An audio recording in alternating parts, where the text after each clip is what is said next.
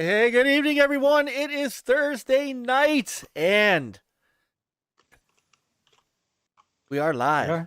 We are. We are. Are we? We're live. Sure? We are. Listen. I know. And don't adjust your set. That's not Fastback in the middle square tonight. He's much better looking, but that's just my point of view. He's on vacation, so we're auditioning. I mean, we've got a sub for Chris tonight in the center square. It is our good friend Paul. How you doing, man? Good. I'm a sub unless that check clears. Then I'm the replacement. But Well, but I told you, hold off on the check until like next Wednesday. It's going to be tight. It's going to, Not a problem. Not a problem. We can wait. It's like rent. I'm doing good. Just been a little busy the last couple of days. Had a bunch of conference meetings and stuff. I'm doing a special little event, and then I've also been gaming a lot. That's all I ever do. So hey, all these meetings are cutting into my playtime, man. Ah, see, you got to cut the meetings out. That's how that works. I know. Priorities. So there's Fastback. He's in the chat. He's gonna hold down the chat for us tonight. Oh yeah, there you go. So. He's gonna make sure that I don't steal his thunder too much. Understand? Yeah. So he's on vacation, and he'll be back next week. Of course, he's enjoying the beach, which is where I should be. But I digress. So we got a rocking chat room already. Good grief. Yeah, I know. Man, I'm trying to keep up with saying welcome to everybody, but if I miss somebody, that's not on purpose. Yeah. No, so let's. I've said before, if you say hi to me in chat and I don't respond, I'll say hi to you in the podcast. I don't tend to type a lot when I'm in a podcast. So yeah, that's. If you don't say hi to me in chat and I don't say anything to you, oh well, it's your loss. Wow. Woo. We could call you Spicy Paul. So we got, let's see, who we got? Because we got, man, Jeff Rule back from the dead, Brother Lance Jennings, Noof, boom, boom, kaboom, nuke him in the house. Although he went to grab dinner. He'll be back. Brother, yes. Go game, go, Jeff. Well, he knows that our shows are typically pretty long, so yeah. People it won't. Yeah, he is not going to have a problem with getting back into the show once it's here. Let's see. Jeff Rule already said, go, brother, go game, go. Jeff is in the house, one of our newest members of the Gamers United Guild. Go game, go. We got Sister AssassinLupa's in the house. I'm so glad to see her back out and about regularly. Yeah. Brother Nick. And the Mag is in the house. Yeah. Oh, you have to say that loud because he.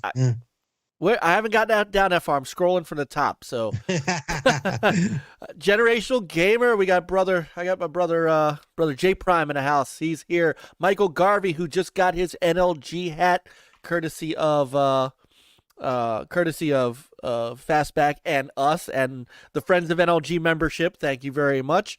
I am purposely skipping over somebody for a moment on purpose. Let's see. Who else is in the house here? We got, Drinking Games with Josh. What's going on, Josh? Another Maryland brother. Hope you're all doing great. I hope you're doing great. Indie Gamer. Brother Indy is in the house. Oh, we got a great... Look at this. Look at Panda subs here. SuPRCooPR. And now we're having a party. And here's Mag. Here's Mag himself. I wonder if coming to support a great show. Let's go. Thank you. And hey, talk about a great show, man. I'm still, man, I had such a good time on Gaming After Dark with him and Noof and Phantom from over on Griggity's channel. That was such a great night. I had such a good time, and I'm still laughing. I'm sorry, Tony, but Middle-Aged Game Guy, tell Tony Baloney I was not able to shrink the name of the channel. They wouldn't let me. So, Brother DeBlues one is in the house. Brother Cyrus is in the house. Retro Bros in the house. SuPRCooPR. Oh my God, this is awesome. We are rocking and rolling. All right, so I have skipped over his name on purpose because I have an announcement to make. We need a drum roll. Can one of you guys give it to me? Ladies and gentlemen, it is my honor and privilege. We already introduced this week one member of the Gamers United Guild. That is Go Game Go, an absolutely great duo of Jeff and Stu. I really came to fall in love with their content on a very, and the first time I checked them out, they're part of that retro community that I love so much, the OEB Pete community. And now I want to introduce the newest member of the Gamers United Guild. It is my honor to welcome in Bacon Ice Cream Productions, Mr. Rich Hayward, Retro Rich Hayward. He's joining us. Talked to him today. He is excited to be part of the group, and I'll make the official Twitter announcement tomorrow, but I just wanted to personally welcome him in. We're going to get him on the show as we do all of our new Gamers United Guild members. I will tell you two things. Number one, I'm going to get him to teach me to point because I can't do it. And two, he exudes fun, positive videos and content. His Good Times with Retro Rich, is just, it's awesome. You see him, he did a video where he put together his At Games Legends box, and then he shows us some of that. And that's why he's invited, so maybe we get a chance to, come over and play. Yeah, there we go. I don't think he's as far from us as you think. So I'm cracking this open for our two wonderful Go Game Go and Bacon Ice Cream Productions, our two newest entries into the Gamers United Guild. We are honored to have you, and you guys, you seriously, you fit the mold of what we are trying to do here, which is promote positivity, fun in gaming, and just play games, have fun, and that's what we're doing. So guys, this is for you, and we're looking forward to a whole ton of great content from you guys. And Peter, I did talk Go Game Go into a Rocket League night. We do. You, me, and Chris against them, and they might get Papa Pete to. Nice. That'll be good. So, that'll be fun. Yeah. So. But before it scrolls on my screen, a quick shout out to Fastback. Well, yes. Even though he's on the beach, he says he has a $5 super chat. He says, "Think of my NLG family while on the beach. Here's a mula for Cerebral Paul's edition. Love you guys." I love you too, brother Chris. And you don't have to super chat your own channel. You are amazing. He is an amazing. I'm telling you, man. He is an amazing man. Chris, you've never seen a guy who supports the community like Chris does, and having him here, Peter, I think you'd agree with me. Having him here is a blessing. Yes, absolutely. So we miss you, brother. We'll see you next week. Yep, Fastback is a legend. That's all there is to it. So, let's see, man. I'm telling you. Oh, zblackrider's in the house. 2 live shows in 2 weeks. Yay me. Hey, I will. You know what? It's what I say. We take whatever we can get from our fans. Sometimes we know you can't watch live. Sometimes we know you gotta catch it afterwards or catch it the next day. I do the same thing. It's life's got a lot going on. So anytime any of you guys are able to be in the chat, at least for a little bit, to hang out with this unbelievable group of people in the chat room, just it makes us better. It makes the community better, and just warms my heart. So, it's great to see everybody tonight. It really is. I can't wait to get a life and try this thing. I've never experienced that. I have no idea how that works. A life? A life, yeah. I have no idea. Totally. No, but you have. So all right. So I want to introduce you to the folks. I'm gonna real quick though ask Peter. Peter, how was your week, and what have you been up to? My week was crazy. It's like my daughter, she caught a cold, and anytime you have a sniffle, now you just in order to get back to school, you need to have a COVID test and other stuff. So we went to a place, and they said like, "Oh yeah, you'll have the results at 24 hours. We expect up to 48 hours." Well, we rated at nothing, so we went to another place to get a same day one, and so now she finally today she could get back to school, which is a little crazy. She got like 3 COVID tests in a week. Poor thing. One of them after school, mandatory. Everybody gets tested before school can reconvene, and then her sniffle. So nah, Wow. but all is well. So today she could go back to school. So peace back in the house. Always nice. You know? Always nice. I told my wife, I was like, "Do you hear that?" She said, "Hear what?" I said, "The sound of silence." Peace and quiet. No, so but on the gaming side, done a lot of outriders with brother Chris. I exhausted him, so that's why he has to take a break and go on vacation. But yeah, the game is a lot of fun. I'm really digging it so far. When it Sometimes works. sometimes solo can be tough. It's like, I need help. And then even when you do together, it's like some bosses are like not easy. I'll give you guys And other ones, it's like you do it solo and you just race through it, and it's like there's nothing. And then also like the amount of loot is like, I'm like level 20 right now, and world 7. And then you do it together, and all you get is like green and blue. I do something solo, bam, purple left and right. I don't understand how this works. What are you doing that I'm not? Because I ain't seen no purple. I'll tell you that right now. Yeah, we need to. Well, I don't know if teaming up, we didn't get that much purple. But yeah, and so I'm digging that game right now. That's keeping me busy.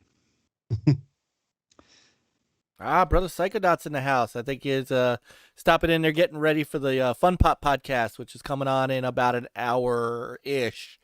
So we'll be checking in with Mav and the gang throughout the show, see how they're doing. We did that last week, and it was really fun. Pop it in their chat room while we're live. We like to do that. So, and then Jeff But Rule tomorrow I have my says, second COVID shot, so I'll be all pumped up for the weekend. So I better get a boost in Outriders. A special Billy. COVID boost.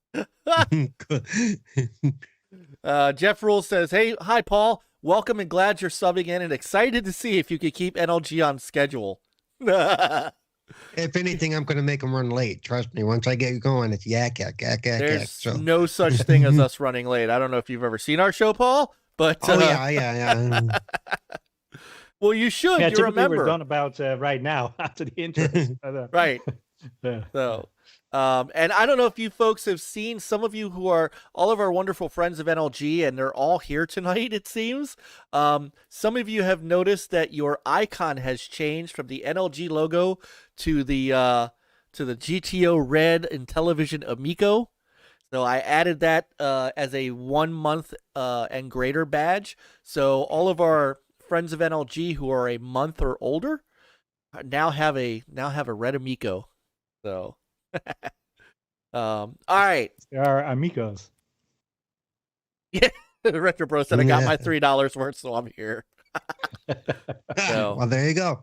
Yeah. But so Paul, it's great to have you on the show tonight. I'm really glad you took me seriously when I said, "Hey, we ought to have when are you coming on the show?" And you said, "Whenever." And then I listened to Midweek Gaming and I heard, "Hey, I'm going to be on NLG on Thursday." And I'm like, "Hey guys, Paul's going to be on our show Thursday." Hey, I asked before that. I confirmed with you, so yeah. But yeah, and then I didn't hear anything. I'm like, well, and even when I said that, I'm thinking, well, if he changed his mind, he's in one of us in for a shock. No, and it's great. I'm glad that you're here. You're the real way that I kind of started to get to know who you were. And I want to kind of get into your background and history and your gaming history, because you put a Twitter thread up that I retweeted once about somebody who made a comment about the way you were playing a game, and you had to explain to him why. And then the thread was kind of like, I shouldn't have to do that. And Right. Reading it, I found myself, I was like, yeah, you're right. Nobody should have to explain themselves as to why. I mean, and you don't know because it's the internet. You don't know if they're just genuinely curious or they're trying to take a shot at you or something like that. But I found that I read that thread about 4 times, and I'm like, you know what? I want other people to see it, because there's so kind of give us a little bit of your background and how you got into gaming, and what kind of games you like, what's your, so give us, how did you get started in gaming? Where was your first foray into the gamepad or stick? Well, back when I was little and we were living in the cave. No, I'm not that old. But I may well be. I mean, I was, the first time I saw a video game, I was probably like, that I can remember, I was probably like 6 or 7, and it was a Pong, for those of us that are old and actually remember the old school Pong, and then the Atari 2600 when I was about 10 or 11, and it came up through there. I'm actually, my background is primarily in computer tech support, IT, because... fellow tech support man. Yes. And no, I won't help you for free. Sorry, it's just not anymore. I'm too old for that crap. Yeah. And then they go, hey, you want to come over and we'll have fun, we'll hang out. Then as soon as I hit the doorstep, hey, my computer's been acting up, dude. You mind taking a look at it for me? What? Yeah, just bring my dinner into their room, I guess. Yeah, good friends. All right.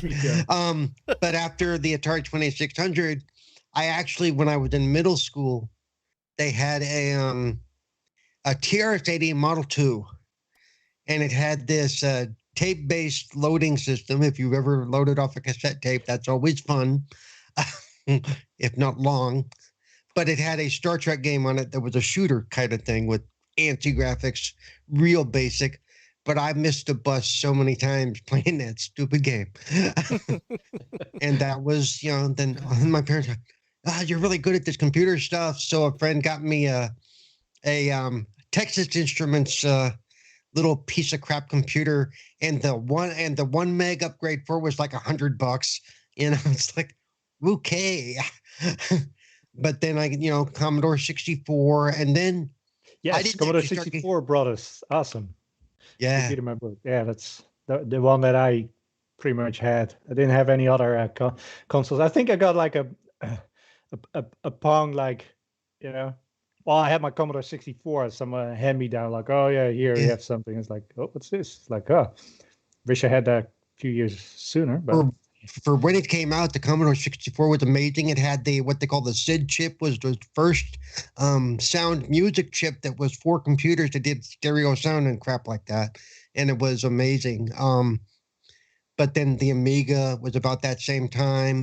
But then I got back into the 386, 486 PC side of things. I didn't actually get, I think my first console that most of you all, that every group I'm in gaming is like, I started on the Nintendo. I'm like, I was already in my 20s in the Nintendo. Shut up. So, and then, so I had the Nintendo, I had the N64, which I loved. By the way, just because I like to throw this out there with everything going on right now, the N64 is the last console that had a truly good wrestling game. Nothing has compared to that. I'm with you. Yeah, you can't. You go. No, ahead. you can't. Now, okay, so my question. Okay, yeah. So my question to you though is, which one? WCW versus whatever that was. Yep. So there was World Tour. Yeah.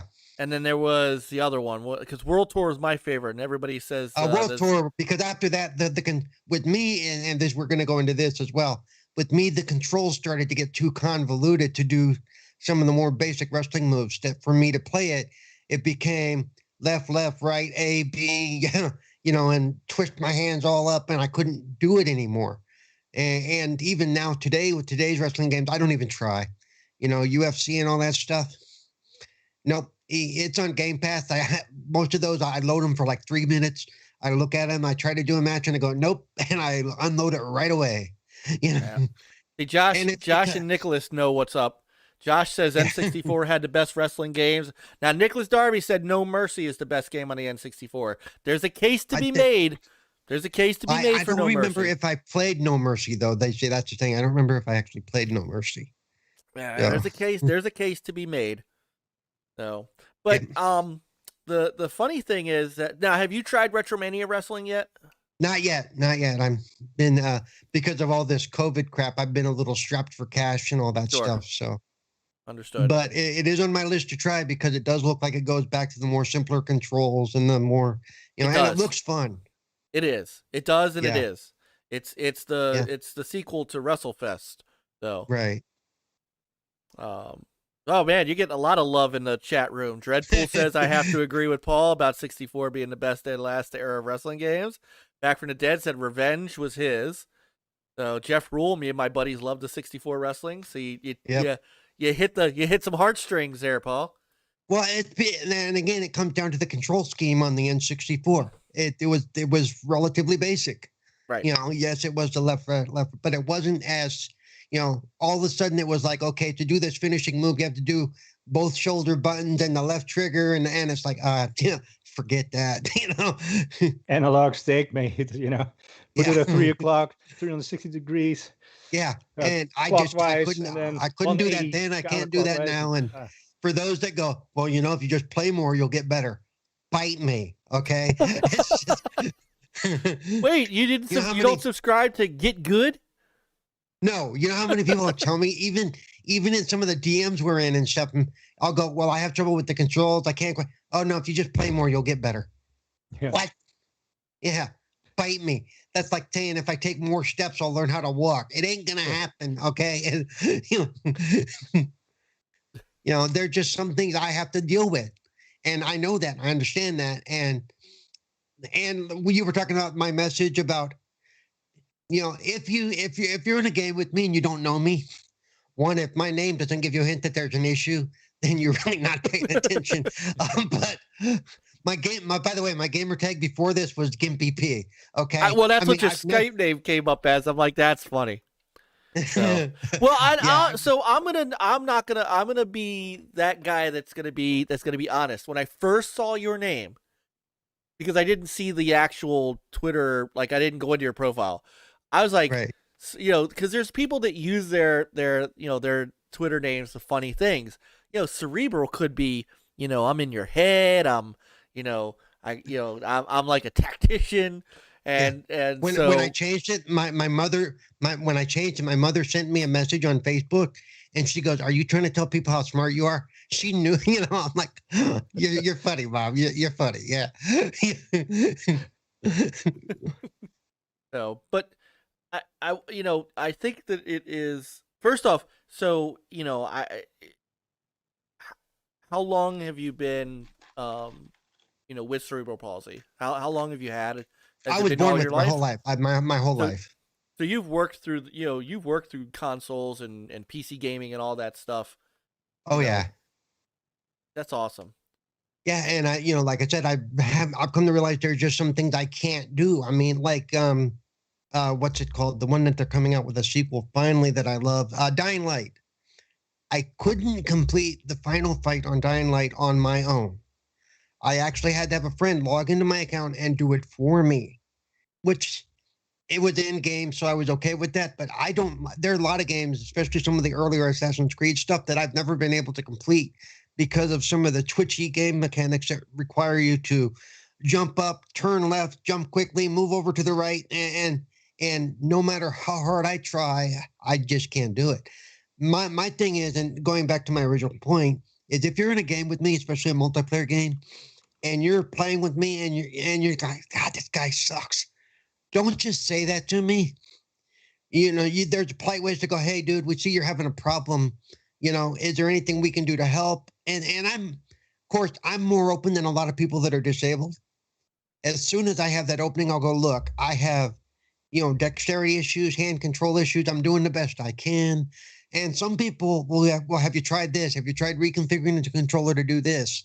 There's a guy named Froglinustic who helped me with Forza, which I still can't do very well, but we reconfigured the controller so that the brake was on the right side with the throttle, because my left hand, when I'm holding a controller, my left hand is very non-dexterous. I can't do the left stick and the left trigger at the same time, just because my finger pokes out and I can't control my muscles to that extent.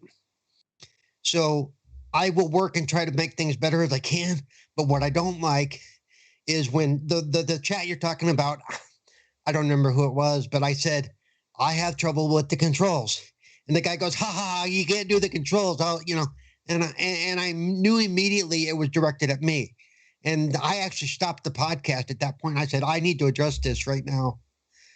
And I said, was that directed at me? And he goes, yeah. I'm like, well, here's the deal. Yeah. Let me make you feel this small now. Yeah, in front of all these people. Let me show people what an idiot you really are. Okay. Yeah, because there's nothing like embarrassing somebody, SuPRCooPR. I said in the message, he said, well, I didn't know. 1, you shouldn't have to. 2, it's none of your damn business. Right. And that's the thing. You shouldn't say something shitty because, well, I didn't know. Yeah, you should say something shitty, period. I mean, yeah, that's funny. SuPRCooPR says, at least you have an excuse, Paul. I just suck. Yeah. But you know what? And I have friends where I've said that too. I said, well, I have an excuse. You just suck. Really? Wow. Wow. That's, when I score above them in Call of Duty, I'm like, oh, good, I feel good today. I got 2 kills, you got none, you suck. You go, oh God. That's the same thing. When I was growing up, I used to tell people, look, either way you lose. If we get into a fight and you beat up a cripple, you lose. You get into a fight, you lose to me, you lose. Okay, it doesn't look good either way. All right. Right. Just walk away and call it a draw. Oh my goodness, that is hilarious. But but to the point. And Carlo in the chat, perfect. Anyone who ever makes fun of a disability is ignorant. There's no excuse ever to put down any disability, and that's the truth. And here's the thing, and I this is how I view it. You never know who's in the room. When you're in a party chat, you can't see the other person.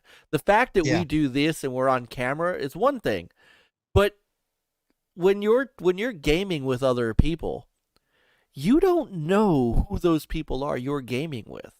And you don't know what you're saying. You don't know if something you're going to say is, albeit, maybe in their mind, I'm just trash talking.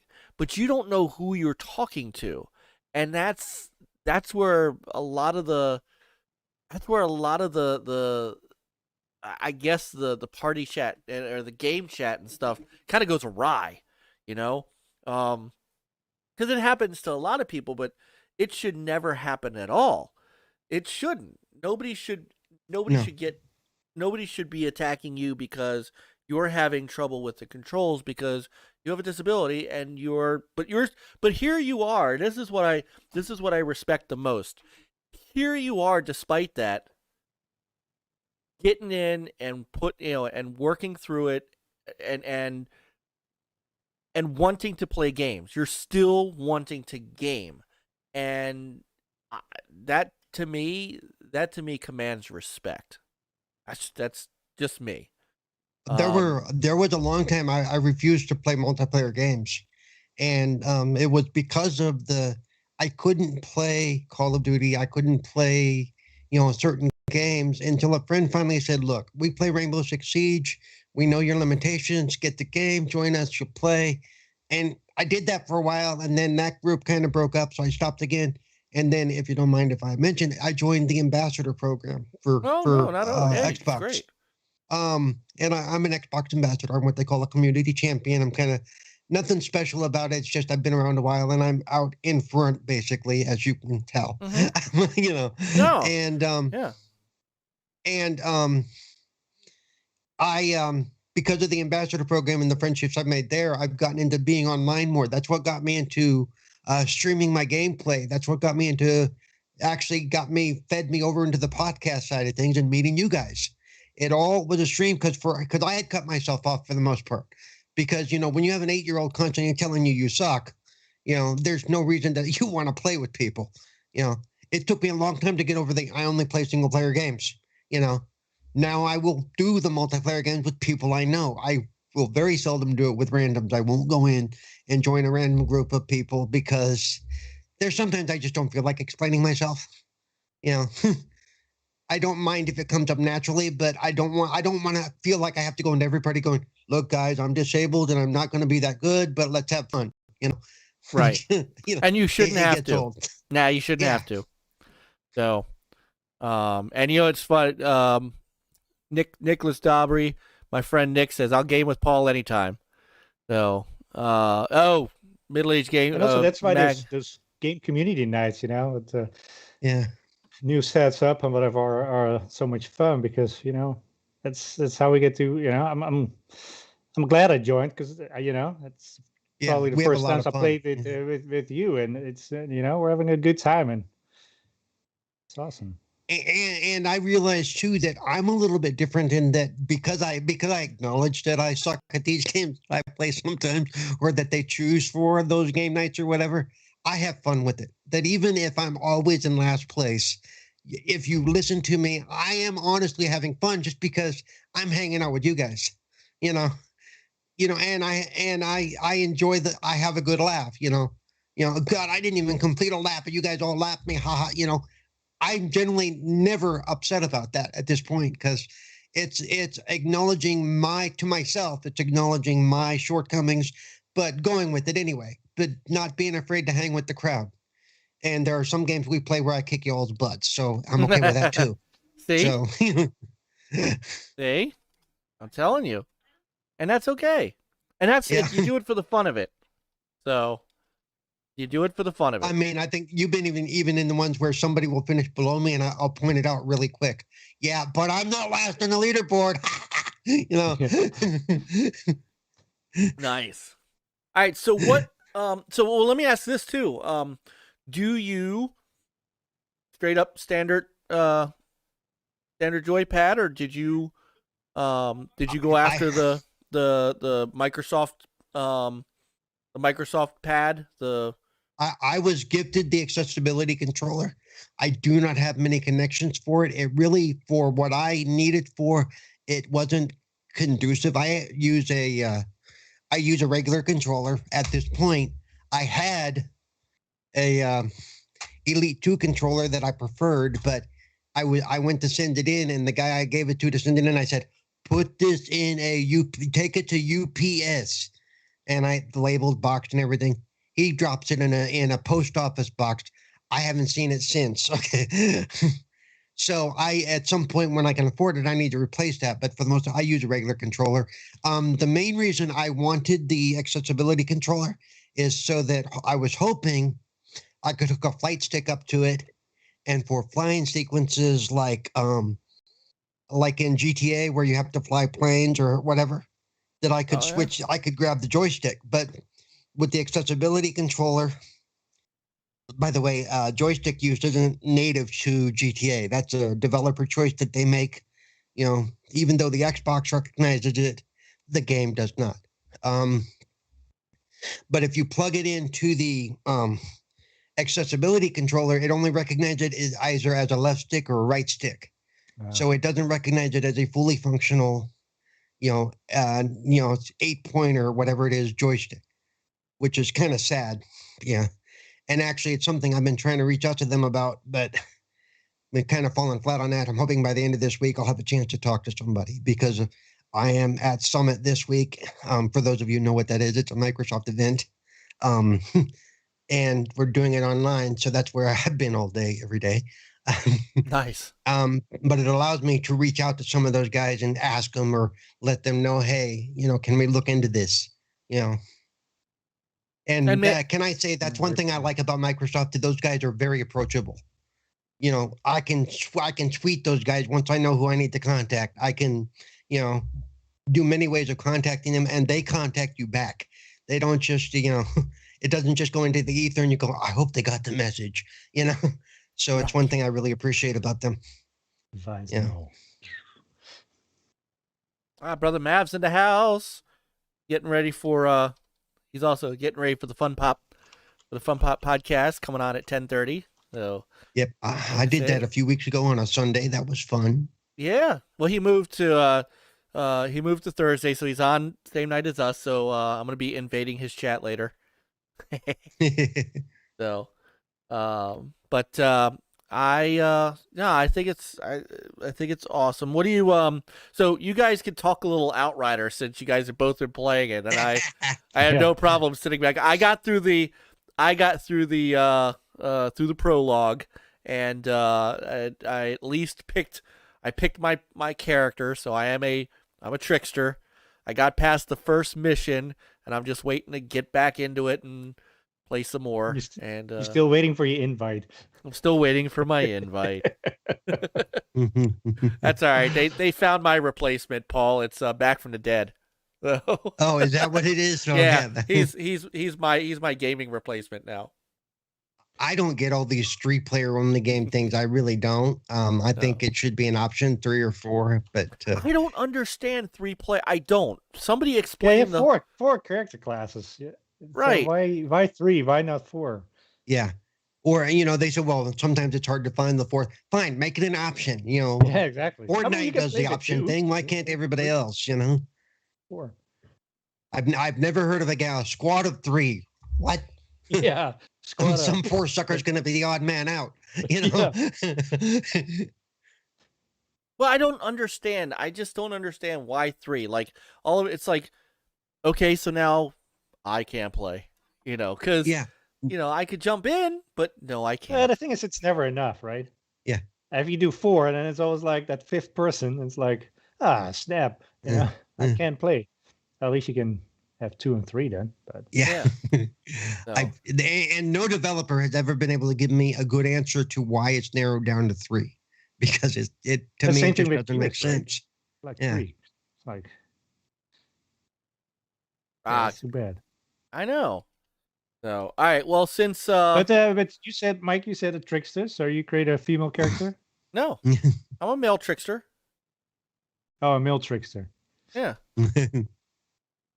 I created a female character. I thought, I have something pretty to look at. But that's just me. We could be tricksters too. Apparently. What about you, Paul? I am a pyromancer primarily. I have a level 15 pyromancer, which I enjoy. I tried the technomancer because I'm probably going to go back and try all 4.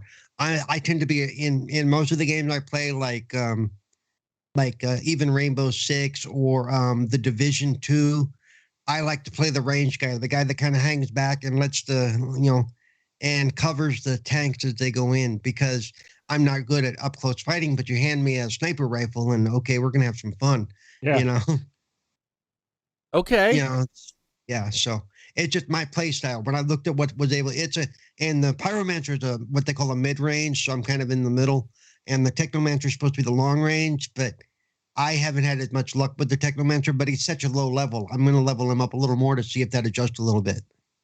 It would be nice, if you could share your weapons and stuff between your characters. It would be. And a common chest or something, like a lot of games do. Like Division does that, where you can drop stuff in a chest, and any of your characters on your account can go back and grab one. Right. Yeah. Exactly. So always, you have to do the whole grind again. Yep. I guess you have to run the same quests because it will be too hard. Maybe, I don't know. But I found that even for me, I can at this point with my level 15, I can solo about a world tier 3 or 4 up to the bosses, and then I have to drop it all the way back down to 1, and I don't care. I got lambasted a little bit. It was but the mods and the gears aren't worth it. I'm like, but at least I can get past that part of the game. Yeah, exactly. Yeah. Well, you know what? This gives me an opportunity to actually show some of my Outriders footage that I took. That I didn't get a chance to show. Even if you play like on a lower level, it's like, maybe you don't get the best loot, but at least your character levels up, so you end up with more health and all that stuff. Yeah, somebody posted that the amount of XP and stuff you get remains the same, is constant. So right, you just don't get the great loot. So yeah. But then then you have a stronger character, and then you can crank up your world level, one at a time, and eventually you end up with a good loot too. Yep.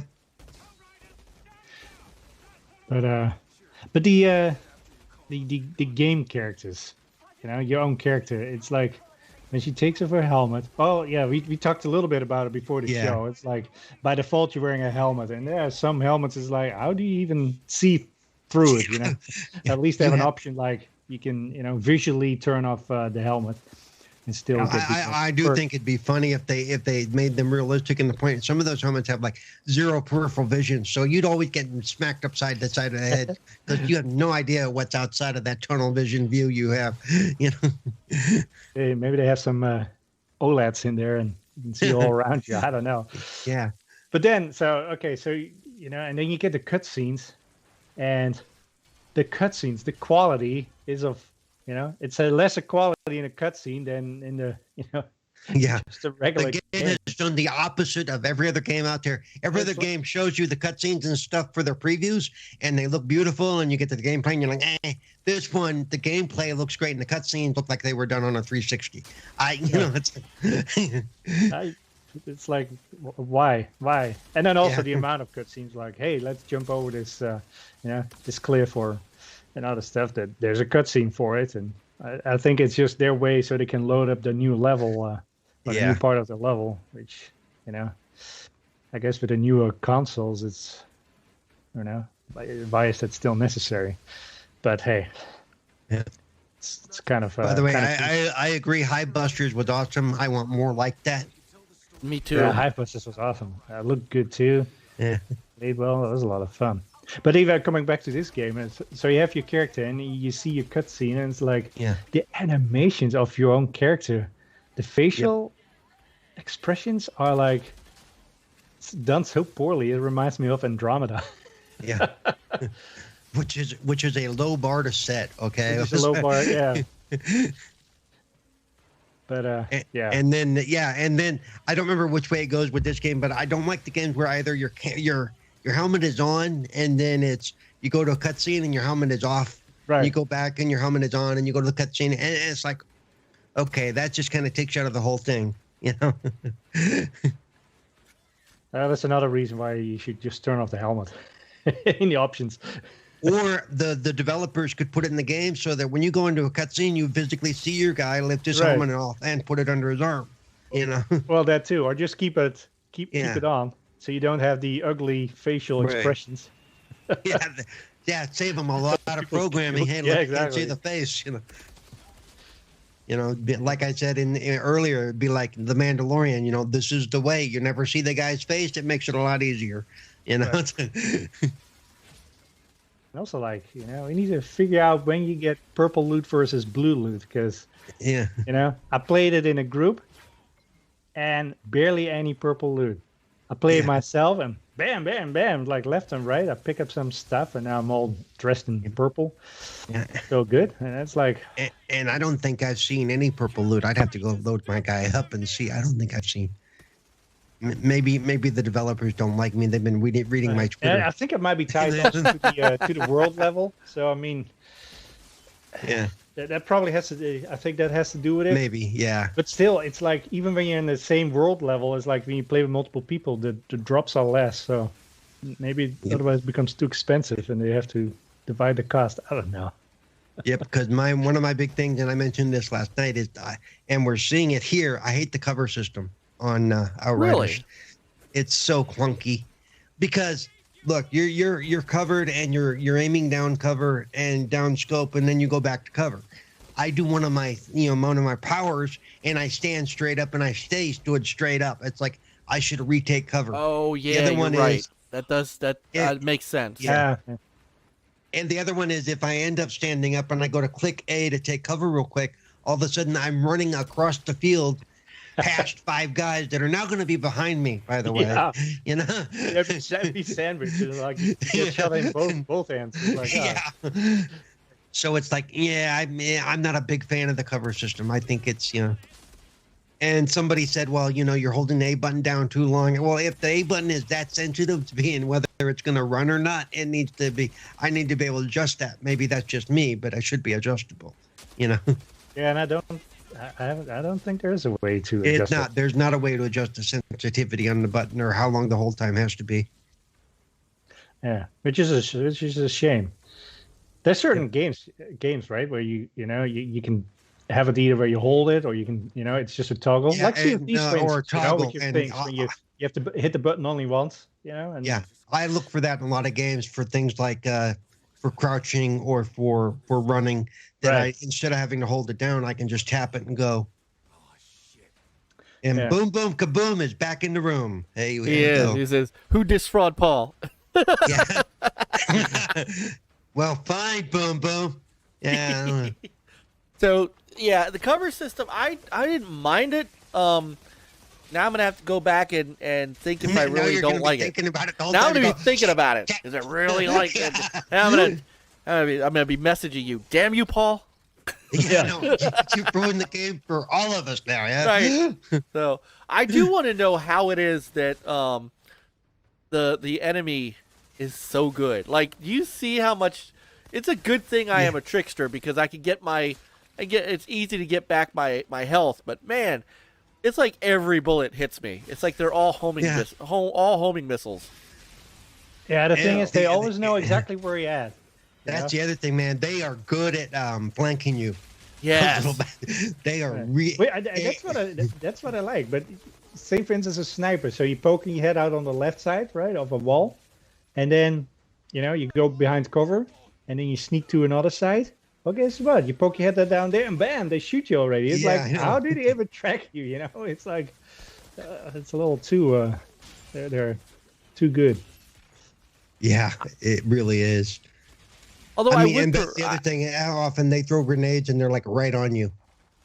Yeah. And Like, you also have seriously, those rockets too. All of a sudden, they like Yeah. have a rocket barrage. Oh Like, yeah, when those when their little drones start coming after you, man. Oh my Yeah. God. You better start running. Yeah. And then where do you run to? Because all of a sudden they're at every side of you, no matter where you turn. Yeah. Right. And you have those little creatures. If you just Yeah. have a few, just a few shots and they're done. But once you get like swarmed, it's like, oh. Yeah.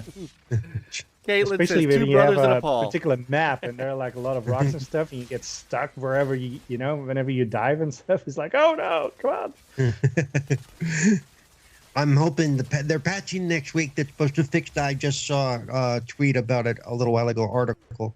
They've released their patch notes for the patch coming out next week. They're supposed to be fixing the multiplayer stuff or the cross-play stuff and a bunch of other fixes that will hopefully make the playability a little better. Right. I still have yet to be able to play with anybody else because every time, I'm lucky half the time when I go to start the game, it'll actually start because the servers are choking somehow. Which sucks when you go to do single player and you still can't get in the game because it's looking for the server. Yeah, that's the worst. It's like, come on, seriously? Yeah. It's and this isn't the only game that does that. There are other games I've been playing, and if the server drops out when you're doing a single player thing, all of a sudden you're kicked back to the dashboard and everything you've done is lost. Oh, Doesn't it like Assassin's Creed have that too? The Ubisoft games, they're all ones that have. So hey guys, so middle-aged game Mag says they can throw a grenade from 2 miles away and still land on your head. That is absolutely true. Yeah. And then Noob says Darth Vader needs to hire the Outrider enemies. Yeah. If they were stormtroopers, Luke would have bit it in the first movie. Yeah. Oh, that's a lot. That's hilarious. Well, it seems like you guys at least like the game, all things considered. I'm at the boat. I'm trying to like. It's like I want to like the game. Okay. But I can say yes, it's a fun play. But I can't say it's definitely not going to be my game of the year contender. I'll tell you that right now. It's Yeah, and I think a lot of the problems with the servers just have to do with how many people jumped on this game because of Game Pass. I mean, let's call it as it is. That is the other thing, and actually that was one of the things that was talked about at one point is game developers need to understand that whether it's a new game or a game that's just coming to Game Pass, because Outriders isn't the only one that's had this problem that they hit. Wreckfest got destroyed when it hit Game Pass. Yeah. Because everybody wanted to play and nobody could get in. You know, Right. the servers were overloaded. But it's so silly for this particular game because it's like a peer-to-peer game, right? I mean, it's not the Right. server that hosts it, so it's really just for the matchmaking part. Actually, with Wreckfest, it is a server issue because it will actually tell you all the servers are full. Okay, And maybe they- Wreckfest is, but Yeah. not like Outriders. Yeah, and they have a limited amount of even for if you did a private server, they had a limited amount of private servers that they would, you know, and it basically comes down to they say when a game comes to Game Pass that's like that, you have to look at, okay, is this all of a sudden, if it's going to get slammed, either you need to set up more server space or you need to work with Microsoft to make sure that it has, that you can lease the space or whatever you need to do, at least temporarily for that first initial surge so Right. that you don't have these problems. Yeah. So, But they also- the first week you need to be able to, you know, yeah. being dynamically expanding your, you know, your servers. But that's just it. Well, They need but to be that's scalable. where Microsoft comes in. That's where Microsoft comes in. Exactly.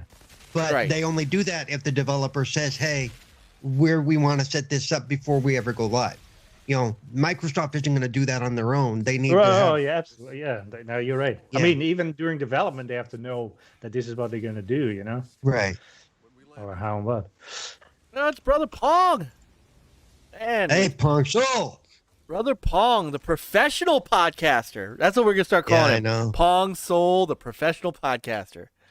So Yeah, if and he's then if he's not on a show, on a daily show anywhere, then you know, he's I in your think He's it's chat, worse. sick or, Like, or it's- dead or right? Or something. right? Hope Or he's okay. Tell you what, That's man, awesome he'll be trending on Twitter, and people be checking to make sure he's all right. Yeah. Oh, when I lost power a few weeks ago, I got that. I got, you know, not only from my mom but from people on. Are you okay? Yeah, I'm fine. Okay, I can go away for one day, and you know.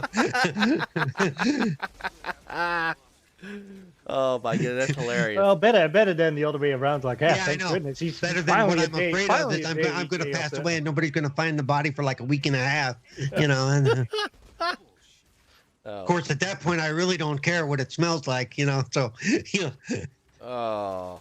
Oh. So, man, no, Paul. I mean, but I'll you know, hey, he's, you know, the cool thing about Pong is, dude is a fountain of knowledge. So wherever he goes, Yeah. whatever shows he's on, whether it's shop podcast with my my nephew PTK, whether it's Xbox Ultimate, which he fits right in Friday nights on with Mav and the gang, whether it's the show he started up on Saturday morning, and everywhere else that he goes, he's a wealth of knowledge, and so and most of it's right, and you know, and most of it. most of it's right. So, no, it's great. I mean, you look, if you, it's funny because I wish I had time to do more of them, and then I started to realize I'm on four shows myself sometimes. I've got I do this on Sundays. I do Amico All Access Sunday night with Uebi, Pete, and the gang.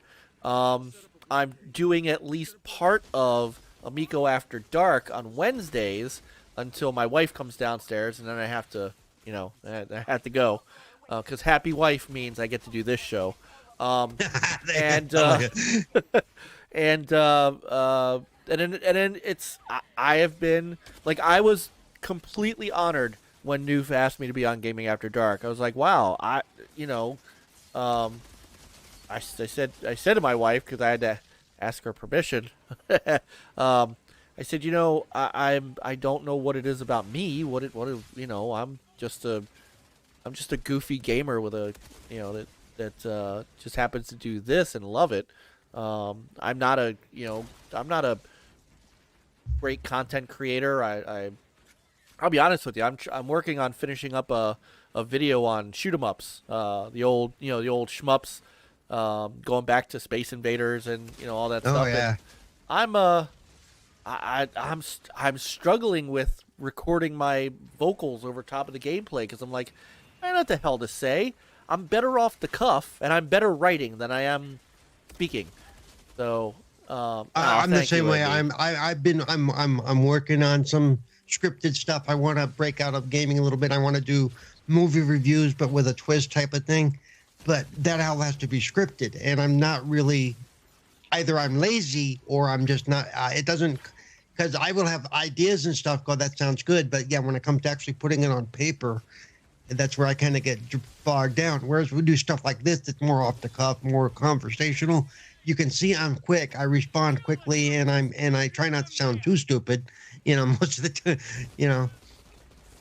And yeah, so it's a totally different creative process to sit there and want to do scripted stuff, to record something like that. It's tough, I give kudos to the guys that can do that weekly, And there's guys in the room here that can do that. Indie Gamer is one of the top guys that can just smoothly make a video. He's not. I don't think he's in the chat tonight, but OEB Pete, Retro Rich Hayward, Bacon Ice Cream Productions, who our newest Gamers United Guild guys. He's natural at it. Geeks with Cash, like he's been doing these get good videos where he deep dives into he just did one on Revenge of Shinobi. I mean, it's just these guys know how to make content, and it's I'm not jealous, but I'm what's the word? I'm envious that I don't have that kind of talent, and I wish I did. I honestly wish I did. I wish I could do that. Yeah. I wish I had somebody that could almost follow me around, and when I come up with the ideas or something that will fill something out, okay, write that down, grab that, fill that. Let's flesh that out a little bit, because that's the part I am good at. I'm not a really good basic idea man, but if you give me an idea and say, okay, how can we make this better or whatever, then that's where I can fit. That's where I plug the holes. Well, let's talk about this here. Let's do this here. If you give me, I'm the same way when I used to program. I can't program from scratch to save my life. You said I need a program to do ABC. Not good, but if you give me the basics of that program, I go, okay, to make it work better here, do this, do this, do this. I'm the filler guy. You know what I mean? I flesh things out more than I create off the cuff or out of the raw. No, well, now some that people I bored everybody in the chat. Sorry about that, guys. No, not at all. Not at all. I mean, some people have that natural talent. I'm working on it. I really appreciate it. I do honestly appreciate indies and the guys that do cheer me on and stuff like that, and I do appreciate it. And it's coming from people who are infinitely better at it than me, and that means a lot. So Age and Colt and those guys that crank out just amazing stuff week after week, and you're like, wow. It's almost the same way with writing, though, with any book writers and stuff. I'm amazed at how they can come up with these stories and build them out. It's like, how does your brain work, and why doesn't my brain do any of that? Noof says I have the gift of gab. Dude, Noof has the gift of Arnold. Dude, when he busted out his Arnold last night, I was like, wow. I was just, I know. Ooh. I love it when I'm on that show between Arnold and Tony Baloney. And, oh my God, Tony Baloney had me, dude. I had to turn my camera on because I wanted people to see. I was crying. I was laughing so hard, tears were just streaming down my face. I couldn't hold it in. That's some of the funniest stuff. And people, I love people that have that talent. Nobody's seen it yet. But I have an intro for my Gaming Differently stuff from Tony that I'm gonna start using, and it's awesome. And so, dude, Peter, we gotta see if we can get Tony Baloney to do an intro bumper for us. Oh yeah. I would love. Oh my God, that would be awesome. Come with your show with a name so long. It's like as long Mag, as fucking I'm gonna talk to you. Mag, I'm gonna talk to you about this, man. So like this is Tony Maloney, and you're listening to the NLG show and say something that. Well, what sucks is I can't do a good Italian accent, but I'm like over half Italian, and if I could have so much fun with Tony. I really, I got to work on that. Yeah. Now, Rich, your stuff is amazing. I'm typing it in the chat, but I'm saying it too. Yeah. And it's so nonchalant. He's just like, here I am. It's me, Retro Rich, and he does it. This is my favorite thing. He goes, and right up there, he knows exactly where his intro is every time. Good times with Retro Rich. And it's like perfect. I was talking to Cyrus Martin. I'm like, hey, I want to introduce Cyrus, and I ended up poking myself in the eye. It was horrible. Oh, man. Oh, noob. No needs thing. to reveal 2 out of 2 wheels. Oh, wow. All right, so it's 10 o'clock. Let's do a topic. This is what I love about having. We're gonna do a topic. All right. Go. We'll say like that. Right, go game go. Right. That was hilarious, man. We were 90 minutes in, and Jeff and Stu had us rolling, and I finally said, we haven't talked about anything yet. I said, we've got topics, I swear. It's like, Yeah. I love these kind of shows, though, but more than, we have a topic A, B, C, D. It's been 10 minutes. Keep going, keep moving. I'm like, that's not as much fun. No, and well, the thing, too, is sometimes we'll get on a subject, and I'll dump something from the topic list because, I enjoy. Don't get me wrong. I enjoy talking about the industry. I'm an old game journalist. It's in my blood still. I love covering the news and all that kind of stuff. But if we get onto some organic discussion that just, I look down and all of a sudden it's 11 o'clock, I'll drop something off the list. I'm like, you know what? Yeah. It's worth the good conversation. Yep. And I'm finding. And from my point of view, sometimes some of the topics have been churned over so much over the last 3 or 4 days that it's like, I don't want to talk about this anymore. Right. There's only so much that can be said. It's all been said by everybody. Yeah. So you know what? For example, you know what? Hey, MLB The Show's in Game Pass. Everybody knows it. The end. Yeah. The Sony fans aren't happy. Everybody knows right. it. Everybody knows nothing the end. Right.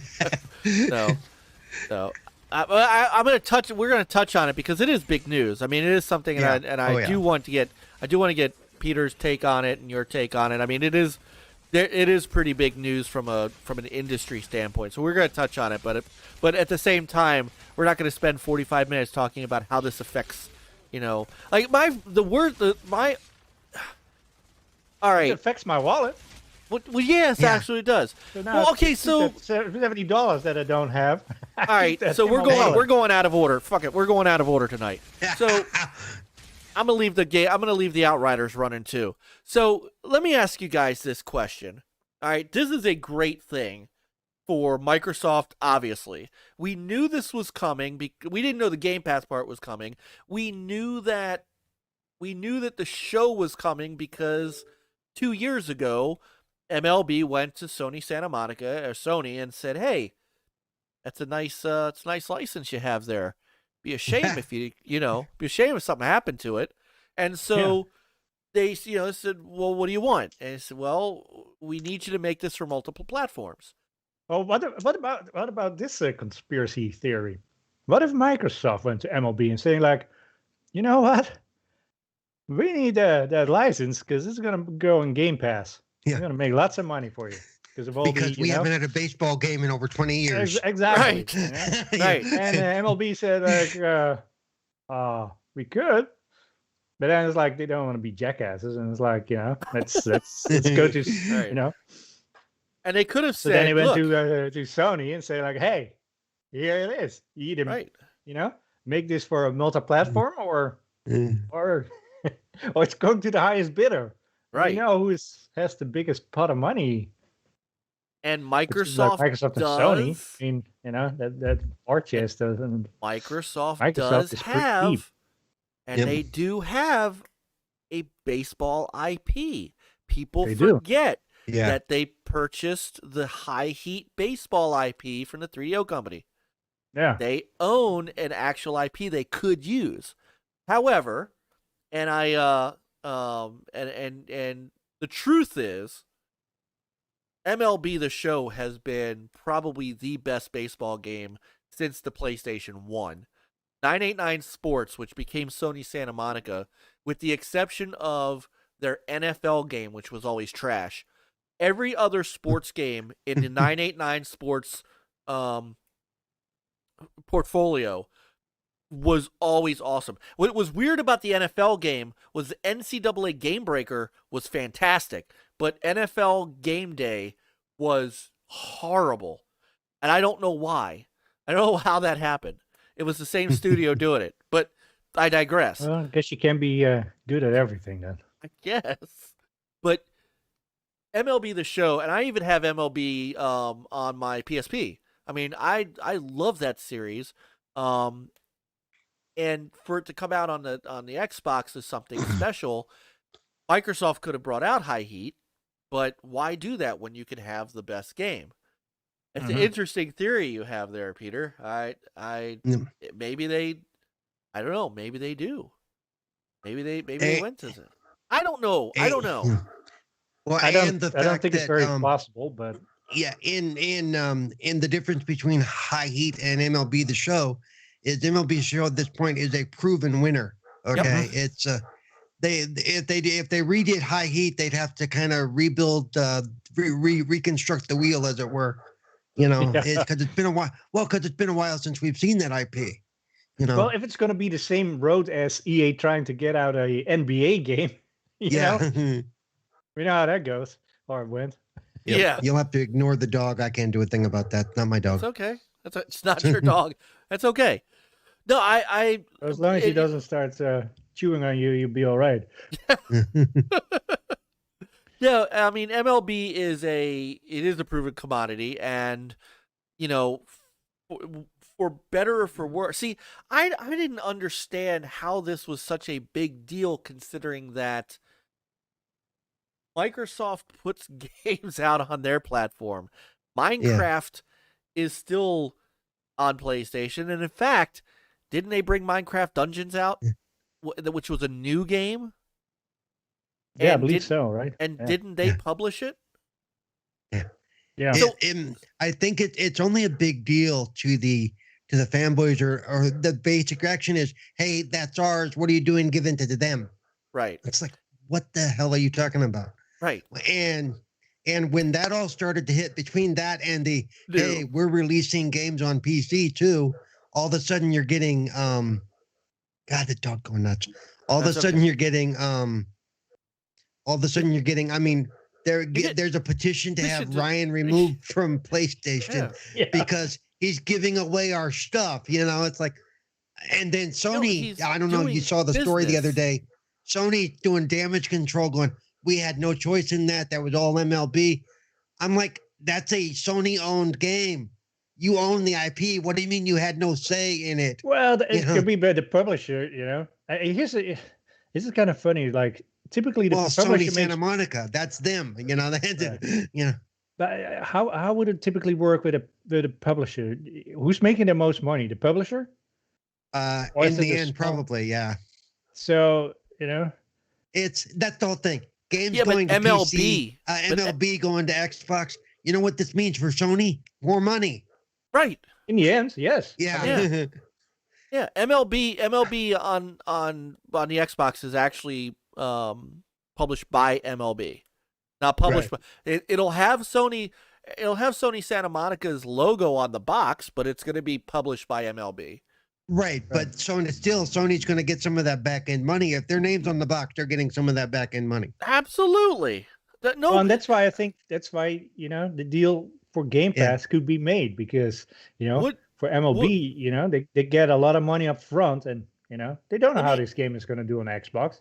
Let me add to I mean, the people that really loved baseball went to PlayStation in the past generations just to play that game. Yep. We know people let did. me tell you right now that I've never been good at video baseball games. I can't get the timing down for, you know, the batting and all that. I would never try this game, but it's on Game Pass. So guess who's going to download it and try to play it?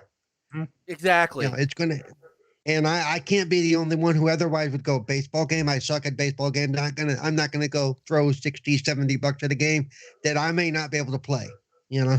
Let me add to your. That's the one big change Game Pass has brought to me personally. Is I have tried stuff that I would never ever have tried before. Bingo. You know, like Outriders. Sorry, like Outriders.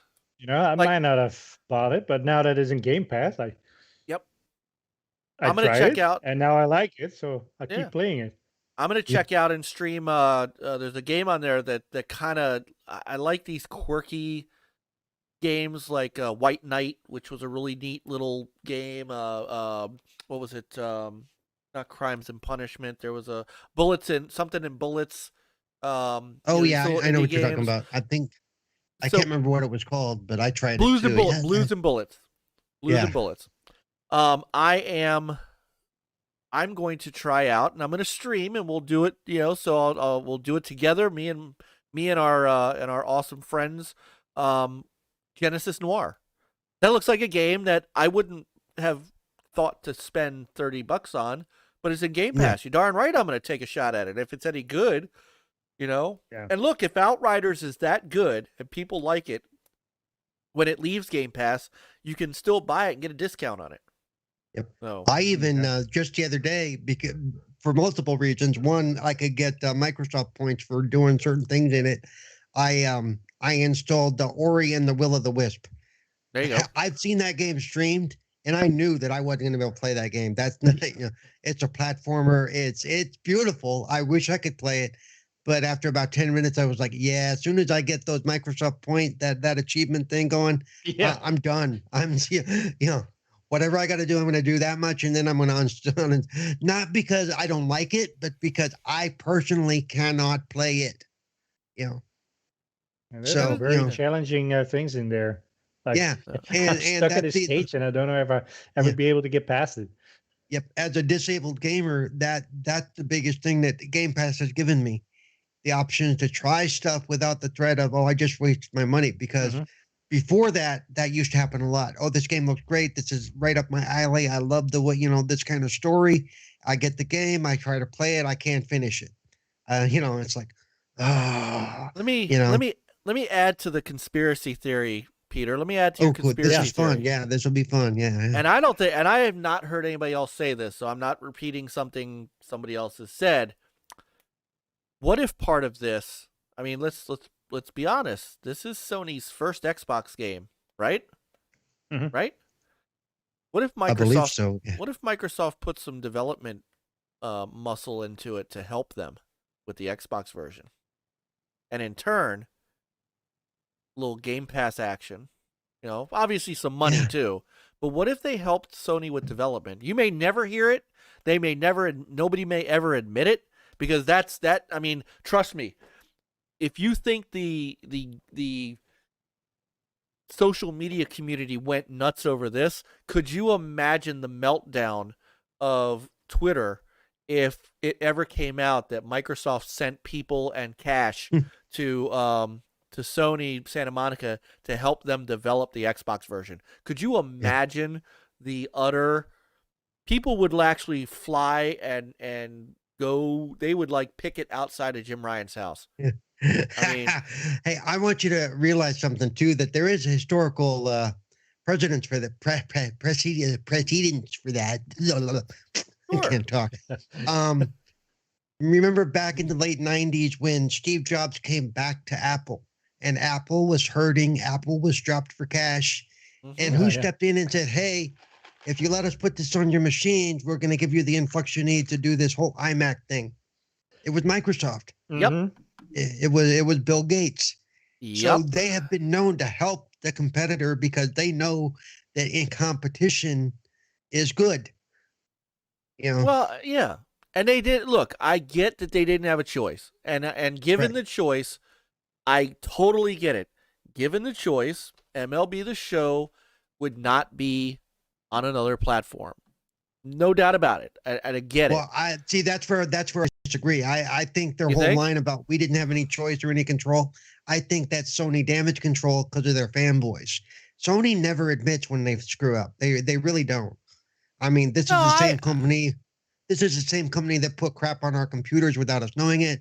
This is the same company that had all our credit card breached for 2 months before they said anything, and so I don't They had to get the shopping in first, Yeah, so anytime they say anything like that, I don't trust them. Nah, but I think the reality is that without MLB going to them and saying you really need to put this on other platforms in order to keep the license, I believe that. I believe that they. Well, yeah, because it means MLB gets more money, but like I said, it also means Sony gets more money. Yeah. But I tend to believe that they, given the choice, they would have kept this on the PlayStation platform because absolutely. This is one of their. I never and I also never understood what and unfortunately I couldn't avoid it. I could usually avoid this stuff on Twitter without my Stinger account being active, but I couldn't avoid it even on our NLG Twitter. This notion that, well, MLB the Show doesn't sell. Oh, come on! As a crew that looks at the NPD stats, we don't talk about NPD anymore because it really doesn't have the punch it used to.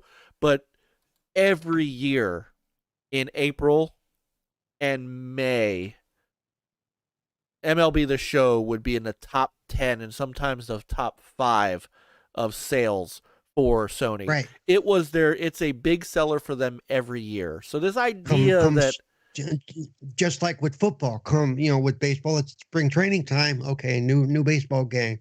In August and September, it's that new Madden game. The sales spike. Yeah. Pizza. Pizza says the only way I get a red GTO Amico is beside my name on this channel. but I think the biggest thing is just a big PR stunt. Yeah, getting the MLB in Game Pass day one. I mean, and it's not just like here's the basic version. No. You get even the enhanced series version as well. So I mean, it's just from a PR standpoint, it's kind of brilliant. I think a lot of the Sony fans are just ticked because they still got to pay $70. Right. Like, go buy an Xbox. I mean, yeah. I mean, yeah. I have to agree on that one. I mean, we'll get to this in the rapid fire news, but I still don't understand the 2-tier gotta spend more money for the higher enhanced version. Yeah, and it's not just the PS5, PS4. It's not just the PS4. Microsoft, not Microsoft, but third parties are doing it on the Xbox too. Yeah, I'm trying to think which one the other day I saw that and I was like, nope, not gonna buy the upgrade. It's not that important to me. I'm not gonna, What about Control? Oh, you want to have the enhanced one? Okay, that's Yeah, Control looks fine the way it is. I'm not gonna, Now, 5-10 years down the line, I might want to upgrade some because I've done that with, like, I just bought LA Noire, which was first released, forever ago. The upgraded version was released like 4 years ago. I just now bought that yesterday because I played the game. It's a lovely game. I'm going to go through it again. And yeah, the new graphics and stuff look cool, but back when it first released a new version, I was like, no, why would I do that? But now it's been like almost 10 years since I played it. So now and I don't have access to my original old disc. So now it's worth it for me to spend $20 to get it, Isn't that funny that games, years ago, they looked good because they were cutting edge and they looked so good, and you play them again. Yep. And they look like crap. Like we played Modern Warfare, what was it? Modern Warfare 3, maybe it was, during one of the community nights. And the game is like, man, that didn't age very well. Yeah. That's funny. The other game I picked up last year was Bulletstorm. Yeah. I love Bulletstorm. I still need to play that too. I haven't. Bulletstorm is an amazingly fun game. Yeah. From the people who gave us this game that we've been suffering through. Yes. Yeah. People could fly. People can fly. Yep. So. All right. So good. We've beaten that. We've gotten some conspiracy theories. But I do want to let me. So here, one more thing that I want to ask you. By the way, Mav, I'm in your chat. I'm in your chat early, brother. Hey, you guys, if you got a second monitor, you got a second, you got ability to watch 2 shows at once, and something different than what's on a gaming podcast. Go over and hit up Fun Pop.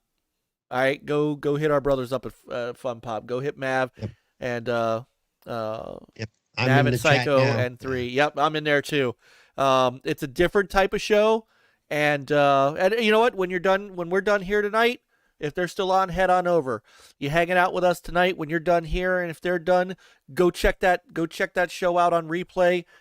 Give it a like, and and Mav's almost they're almost at 1,000 subs. Give them a sub too, because they're really good people. Mav, I love playing I love playing Halo with those guys. On Friday nights, they're the best. That's where I met. I think that's where I met AssassinLupa, and I think so. That's my sister AssassinLupa, my sister Caitlin, my sister Lady AF.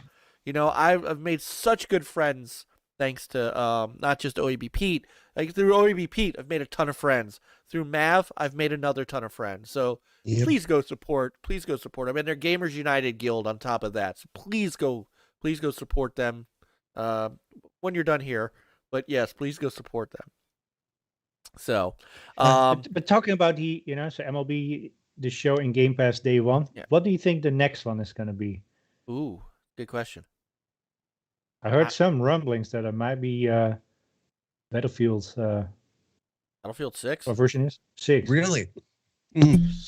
That would be a big one, especially if they, if they really want to take on Call of Duty this year. It's always they always try, and they always come up short. Even on the years when like Call of Duty gets the most downvotes on their video and Battlefield gets the most upvotes. In Call of Duty, it's always saying like, we're gonna boycott them. We're not gonna buy this. Every year it's the same. We're not gonna buy the game, and each time that game comes out, and it's like top one. I'll tell you what, if they drop Battlefield day 1, the servers better be up and running and ready to go, because they will get slammed. Pog Soul. Speaking of memories, nailed. Speaking of memories, brother Mike, who told you about Kojima months ago? That's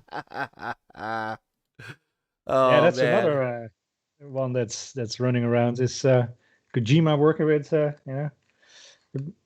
on possibly Microsoft game, or maybe even more than one? It might be like 3.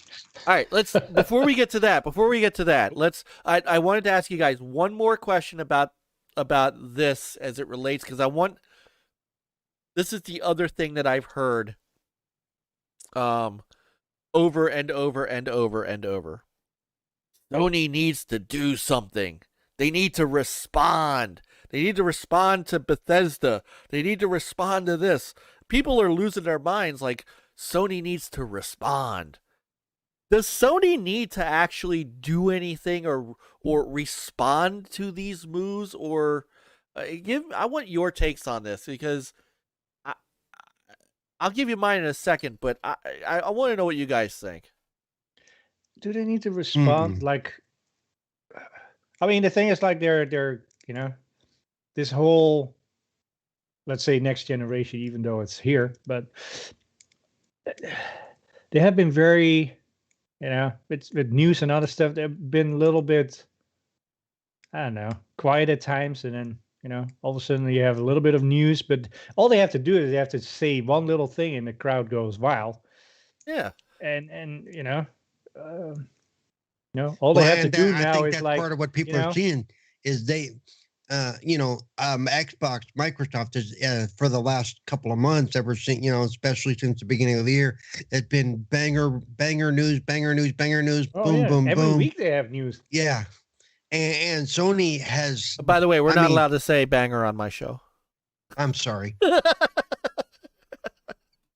We don't Okay, use the word banger. We don't use the word banger here. Peter and I don't like that. Okay, well they've had big news consistently. You know, even beyond all the Xbox has no games, they have no first title, first party, blah blah blah. You know what? I've got like so many games to play. I don't care about first party shit right now. Seriously, I could care less. But Sony, do they need to answer to that? Not really. I think some people, including myself, think Sony. I don't think the PS5 was ready at launch. I think it wasn't done. I think they still don't have the ability to add a damn hard drive to the damn thing, and it's been out for 5 months now. And then on the other hand, you have Xbox, which you can do, but you pay an arm and a leg. Dang, I wish they, I honestly think Sony in the rush to keep up with Microsoft, instead of making sure they were good to go, they rush things forward, and I think they have nothing. Do they need to answer? Not to me. I think that their fans are probably even though they won't admit it, especially the serious fanboys. I don't like to use the word ponies, but it is what it is. They know that there's blood in the water. I think that's why they try to hype up every little thing that they can, even though there's still stuff floating out there about RDNA 3 and whatever. It's like, dude, that story broke a long time ago. There's nothing there. There is, and they're scrounging for good things to find about Sony, and they're scrounging on every little bad thing to grab about Xbox. Even if it's not really a bad thing, even if it's not really, And there's nothing to really scrounge about. There's really nothing to scrounge about Sony. Sony makes some of the most solid games out there. Like everybody runs to buy their games. I'm gonna be right there for Horizon Forward Dawn. I'm gonna be right there for God of War Ragnarok. Peter showed Astrobot, that Astrobot game that came with the system. It's there's this thing where we don't that's why we don't really do that. We'll criticize, of course, but you've got to decide what lane what everybody, all three of these companies, whether it's Microsoft, Sony, Nintendo, they all have different paths they're going down, and none of them are right or wrong paths. You have to just decide if you prefer that path, you prefer that path, you prefer that path. Some of us even have a fourth path. Some of us got the Intellivision Amico path that we're going down. I'm doing that. I mean, honestly, I'm doing that instead of the PS5 simply because of timing. I'll probably get a PS5 soon, but I gotta be honest. Right now, everything I want to play is on the Xbox until such time as the games that I get that I can't play on PS4. When those move up, then I'll go. And we'll get to that in a little bit too. And that's my whole thing too. Is I try not to be. I am not. Even though I prefer Xbox, it's actually right now it's the only console I own, and PC. If I'm critical of Sony, it's not because of that Sony or that's PlayStation. It's because of the decisions they're making, and I try to make that very clear anytime I talk about it. It's not because of just because they are who they are. It's because of the decisions they've made, and I go, "What the hell?"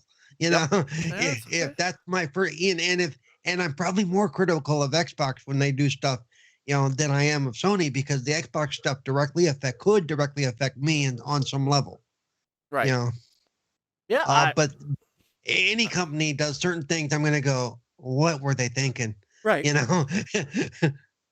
No, I get that. And like I said, you have your path. Everybody's got the way to go, and it's okay.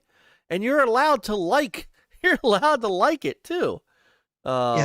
You're allowed to be. I think if you want to be a real fan of, then you need to be more critical of the one you're following than the one you're not, because the one you're not dealing with, that doesn't affect you one way to Saturday.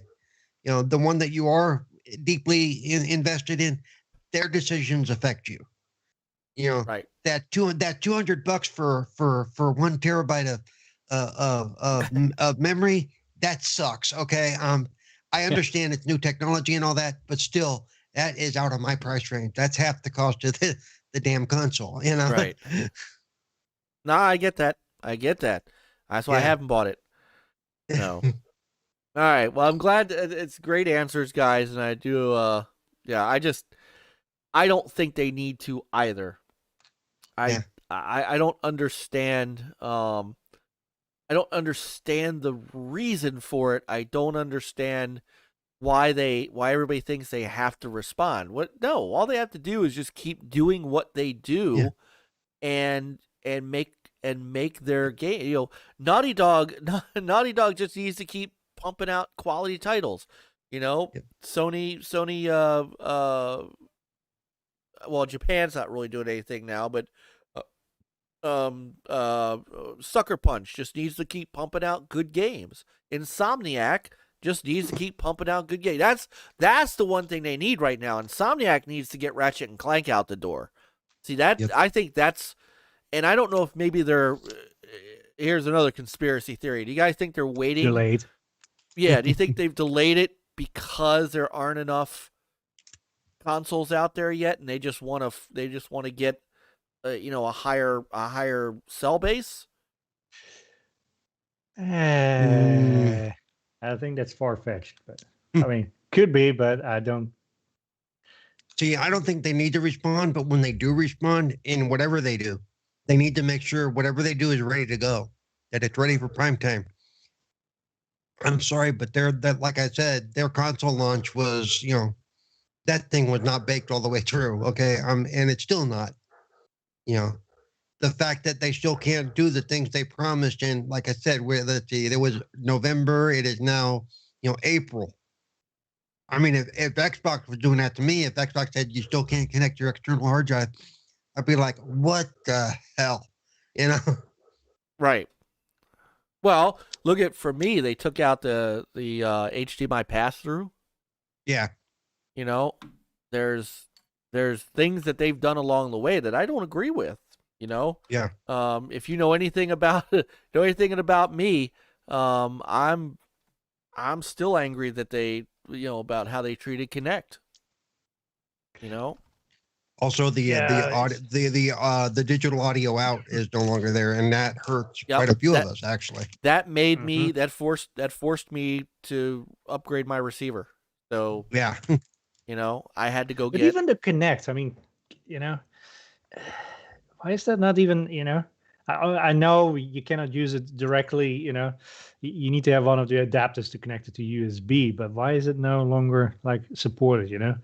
Yeah, it's like you can't even use it with the Xbox Series X. Like, games won't run on the Series X if they're Kinect. I mean, that's just a shame. It is. I think they should have kept it. Not actively huge support, maybe, but just you can't even buy them except on eBay for ridiculous prices. I know. All right. Well, now that I'm depressed, let's go to the next topic. So, E3 is back, boys. Woohoo! Yay! Right? Come on. Well, is this what everybody's been asking for? Well, you killed it off with words. Yeah, I don't know who everybody is, but the biggest thing for me for E3 was waiting till the videos hit YouTube and then looking, that's cool. but I hope we get news here's that week, and we get we'll be bombarded with news, and that's just this week, and it's not like what last year. It's we got news spread so far apart. It's kind of there was news again, and it's it's. I think the biggest thing I'm going to miss is, and I think they could do this digitally by releasing some of the demos that they would have let the people from some of the bigger shows. They let them play that at E3 to get the hype out. We're not going to have that this year. Basically, it's just going to be, here's our presentation. And yeah, everybody gets to see it, but unless they send out some demos to some of those higher profile people, there's not going to be, hey, I got to play this for an hour and it was awesome, or, they need to work on this. And to me, that's some of that stuff is what I look forward to the most. Is okay, we've seen the trailer, but how does it play? Does it? But at least like last year, it's like with the whole COVID situation, like people didn't know how long this whole COVID shenanigans would last, right? So, and then all of a sudden it's like cancel and people scrambling to put some stuff together. At least now people knew, like, we're still in this, shenanigans, and it's gonna be, a digital show. In what form or fashion, either like doing it like on their own or now at E3. So I think it will be easier to put it together and get a better flowing show. And when I watch things like that, though, because when they do the live reveals and stuff, one thing I have to do is I shut down the chat window, because there's so much crap scrolling through that chat window that it's not even worth it. They should have just locked that down. I mean, what's the point? Yeah, really, because it just slows everything down. A lot of emotes and 3,000 people saying Xbox has no games, Yeah. Right. All right, so here's what we have so far. So, first and foremost, they are saying that everything that they're going to that they or their partners in all this are going to do is all free to the public. So they were toying with the stupid idea of charging a fee for some of this stuff, but they have decided that that's not going to happen. Discussion lasted about 2 hours, I believe. I would think probably more like 20 minutes. So somebody said, "Hey, we could sell a premium package," and then someone smashed a beer bottle over that guy's head and said, "No." No. So, go look at your Twitter. Go look at your Twitter feed. And no. No. Just no. So everything's going to be free. So all of the things, no matter what they do or their folks do. So there was an idea of doing some on-demand demos, a premium package for extra access, and I get it, because, I mean, E3 has never been a free show for everybody to go to. You've always had to be, you either had to be part of the press or, you paid for it when it was open to the public. Yeah. So this is something new. This is something different, and let's be honest. E3 is attempting to keep its relevancy, especially in light of the fact that they had to cancel last year, the fact that Sony will not be there again. Which I found that interesting, given that it's all digital. I mean, it's like Sony, it's like, why not? Right. EA will not be there again, and EA, to my knowledge, isn't doing one of their EA Play things either. They're just not showing up. Do they have anything to talk about? Seriously, I mean, is there? Yes, FIFA 22 or 2022. Man, 2022. Because I can't think of anything that's releasing over the next, Formula 1 2022. That's right, because they bought Codemasters, right? But I mean, I would imagine whatever Respawn is working on, which isn't Titanfall 3, because they suck, because they can't take a hint. Yeah, we did. We bounced all over the order of topics tonight, George. We did not. No, I swear it's not almost 11 o'clock and we're just on the first topic, George. Although we should tell him that. We should have told him that. Yeah, we should have just. We should have told him that. Hey. It's going to be a long night. Yeah. You don't just waste your time. Yeah, that's right. We were waiting on you, George. We were waiting on you, Qeorge. That's what was going on. We were waiting on you. No, so the right now, and just checking out the press release and some of the things that they're talking about, they're going to have an app. So you'll be able to check stuff out on the app, of course. There'll be there'll be stuff on YouTube, I'm sure, and things like that. So schedule is the 7th through 11th is going to be the pre-E3 media days. And right now, the companies that they do have lined up that have at least committed. Wait a minute, I just had the press release up. Sorry, let me hit over here. Here we go. Nintendo will be there. Xbox will be there. Now, Nintendo, of course, isn't gonna, I'm sure, do a live press conference. They do their direct and then their treehouse. So they'll probably I'm end up surprised doing they that again. signed up though. A little bit. Well, they had at Maybe. least been putting stuff on a virtual show floor. I guess. Yeah. You know, question is, what did they have to show this year? The Switch Let me Pro. guess: Mario, Link, more Mario. The death of Mario was talked about, a rumor, because Yeah. but Wouldn't it be kind of cool if Phil Spencer all of a sudden shows up at Nintendo and is like, and they say, Bowser will say like, Nintendo finally gets Mario achievements, whatever, Mario coins, and it's kind of built on the, Xbox. walks out and slaps the system, Microsoft party sticker on system, top of etc. the. Basically in the back there. Yeah. Phil Spencer comes out with a steel chair. JR yells, "My God, that's Phil Spencer's music!" It comes out. No, I'm sorry. But I don't know. You know what they could talk about? The Metroid Prime game that they Yeah. Oh yeah, talked what about happened? that they talked about in 2017. They could show a little of that. So Nintendo's going to be there. Microsoft will be there. Xbox will be there. But they were there last year, or I'm sorry, 2 years ago, doing at least their own internal thing during that time because, well, they own a theater that's right there. So, Yeah. they don't have to Makes pay it easy. so much. Just go to the theater. Yeah. So much, it's going to probably be much like that they'll do their own thing, but just do it in that pre-E3 time. Let's see. Capcom will be there. Konami will be there. Take-Two will be there. Ubisoft will be there. Warner Brothers will be there. And Koch Media, who owns a ton of stuff now. So Ubisoft is going to be there to apologize for everything that's happened over the last 2 years, I'm sure. Yeah. And to tell us just like to say, I'm sorry. We're sorry. We apologize. Yeah, we're sorry. And here, by the way, Skull and Bones, 2023. Yeah. Is it still a thing?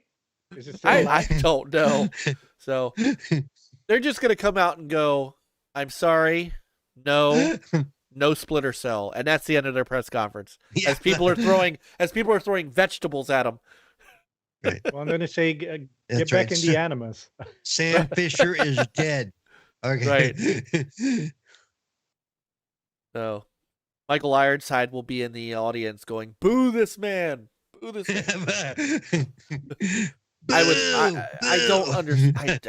I'm never going to understand Ubisoft and their reluctance to bring back Splinter Cell. It is one of the most asked for and popular IPs that Ubisoft owns, and they refuse to do anything outside of little special missions in Ghost Recon. I mean, if they wait any longer, then the original voice actor goes tits up, Right. I mean, oh, too bad. Yeah. You just have one in the works. Sam Fisher in the retirement home, sneaking around, trying to get other people's Jello. Right. Right. He's like, I'm on a mission. Still wearing the night vision goggles, man. Right. Right. Ubisoft gave these to me. Now, I mean, how old is Michael Ironside anyway at this point? And you remember what happened when they tried? Remember what happened when they tried to make a different? They tried to give that voice job to somebody else, and people revolted. So yeah, they're like, nope. He's born in 1950. So let's see. Yep. I was born in 73. 63. Well, he's 6 53. years. He's almost 70 then, because he's 6 He's years almost younger than my 70. dad. So he's almost 70. Hold on. Wikipedia always does the math for you. He is The nice 71. thing about voice acting though is they can sound pretty much the same even if you don't see them. No, True. he could Michael Ironside, and that's a voice that you always know. So Yep, and just like the voice of Optimus Prime, you know, he's got to be pushing like 120. You know, he's oh yeah. What is his name? Peter something. Peter Cullen. Peter Cullen. Yeah. Well, hold on. Peter Cullen is 79, and he's still doing. So, and Frank Welker, who, as you know, has not only been the voice of Megatron, but the voice of half the cartoon characters you ever listen to. He's 75, and he's still doing. He's still doing Shaggy and not Shaggy. He's Fred Jones from Scooby Doo, and he's still doing all that stuff. Yeah. So. Yep. And the nice thing, because of the way technology's come, I know for a fact a lot of them have sound studios in their houses. They don't have to go anywhere anymore. No, they don't. Here's your script, and that's how you do it. Yep. So I know when Fox did a show that with the guy that from SNL where he was animated and the other actors weren't, and he said they never met each other till they got together for a presser after because he would do his bits in his home and they would go on set and do what they had to do, Right. That's funny. Yep. No. So so Ubisoft will be there to not tell us about anything. Yeah. Yeah. They'll get because, Aisha Taylor out. They opened it up to questions. They were going to go Sam Fisher. But here's the thing. Sam has been showing up as hints and stuff. So could they finally be looking at doing something? I mean, Wouldn't it be nice? Wouldn't it be nice?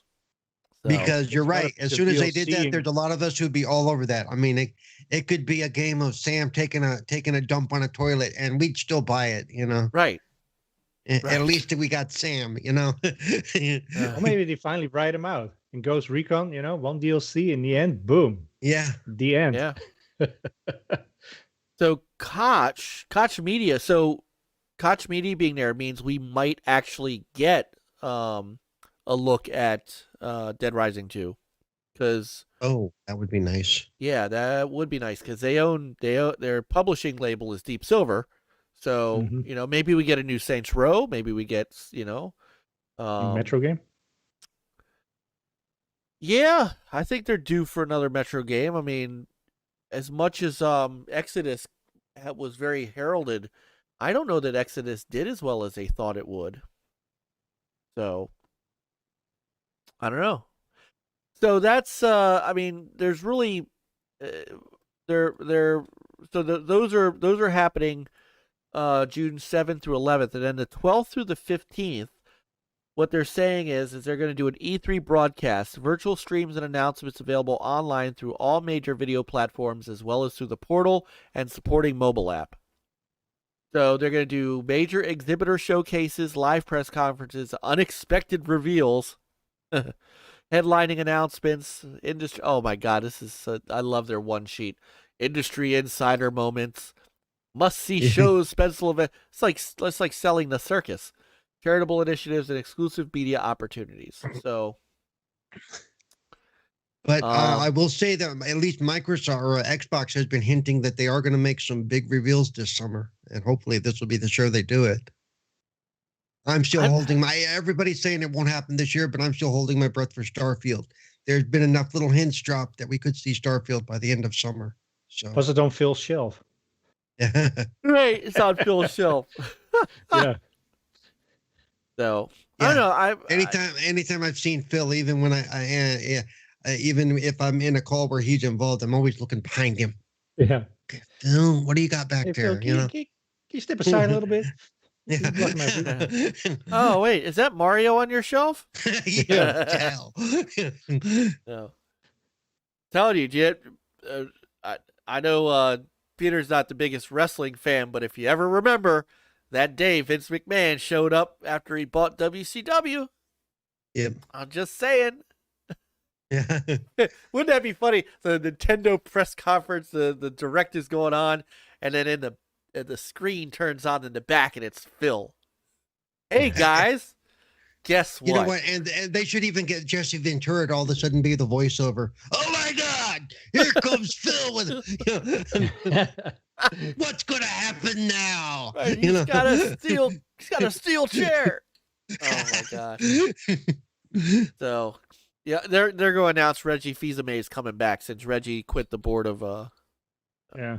But you know what could happen with Koch Media, Peter? Seriously, Koch in Europe is distributing the Amico. Might get some Amico talk. So hey, Deck is in the house. I met Deck on Tuesday on Gaming After Dark, and he said he liked us so much that he subbed, and here he is. Nice. Welcome, Deck. Welcome. So, anyhow, so I mean, do you guys think this is the right move? Do you think this is just them trying to stay relevant? Is anybody really going to be relevant? Is anybody I mean, really even I was gonna say even before COVID, they were kind of everybody's like, oh, E3's done, E3's over. It's not what it used to be. So we'll have to see what happens. Yeah. I mean, the thing is, if they wouldn't be doing anything, it will just fizzle out, and well, yeah, it will be much harder for next year if they ever want to do something again. Yep. It will be much harder to start it back up. It's like people are like, yeah, E3 was done. So yeah, but don't forget too that over, meanwhile, over in the other arena, Jeff Keighley is going to do another Summer Game Fest, and he's doing that. He said it's going to be in June, but they haven't. I don't think they've given a complete date yet as to when he's doing it, but I would bet it's going to be around, if not during E3. Wouldn't that be crazy?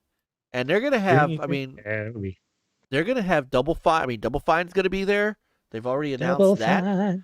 Yep, which is a Microsoft studio. You can bet Bethesda's going to have a show. Yeah. I don't know if Bethesda's going to have their own show or not. Might be split into 2 segments. I don't think they will have a separate show, but it's like, they'll get a piece of they'll get time. They'll definitely. Oh, absolutely. And if there's so many studios and so many new projects and other stuff, you can have just one man doing it all. So ZeniMax could take a whole day just for covering all the stuff they're going to be doing. But here's what I want to see. I want to see Pete Hines run that whole conference.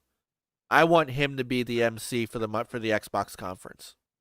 I mean, that team sounds so more natural than the current. Yeah, don't get me wrong. I know that Phil comes out and he's very charismatic, and the Xbox world loves Phil. That's the one thing. It's really funny.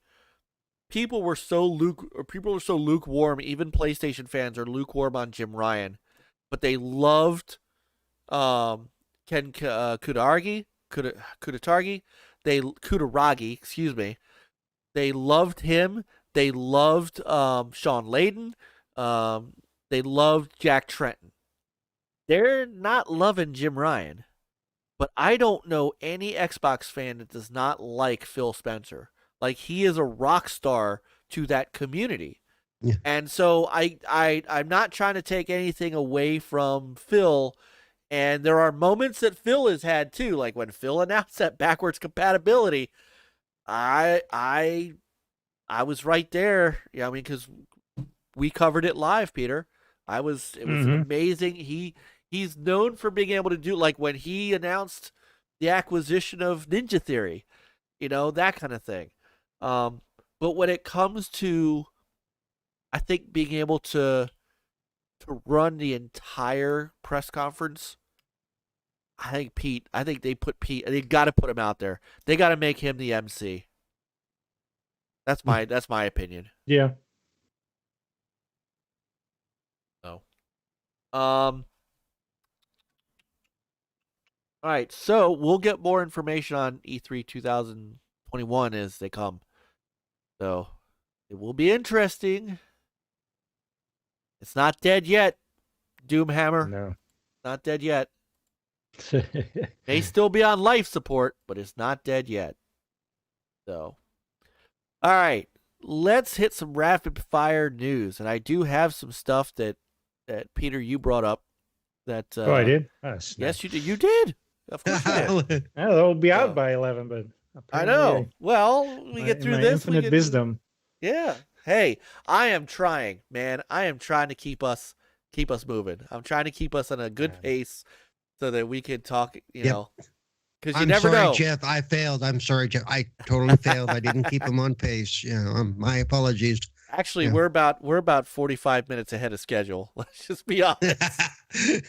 So, first thing you brought to me, Peter, which the rumors with Kojima, like that Xbox might be doing some. They're in talks with Kojima about doing some games. So we'll see. No, we talked about MLB. We talked about MLB, George. We didn't skip it, George. Yeah.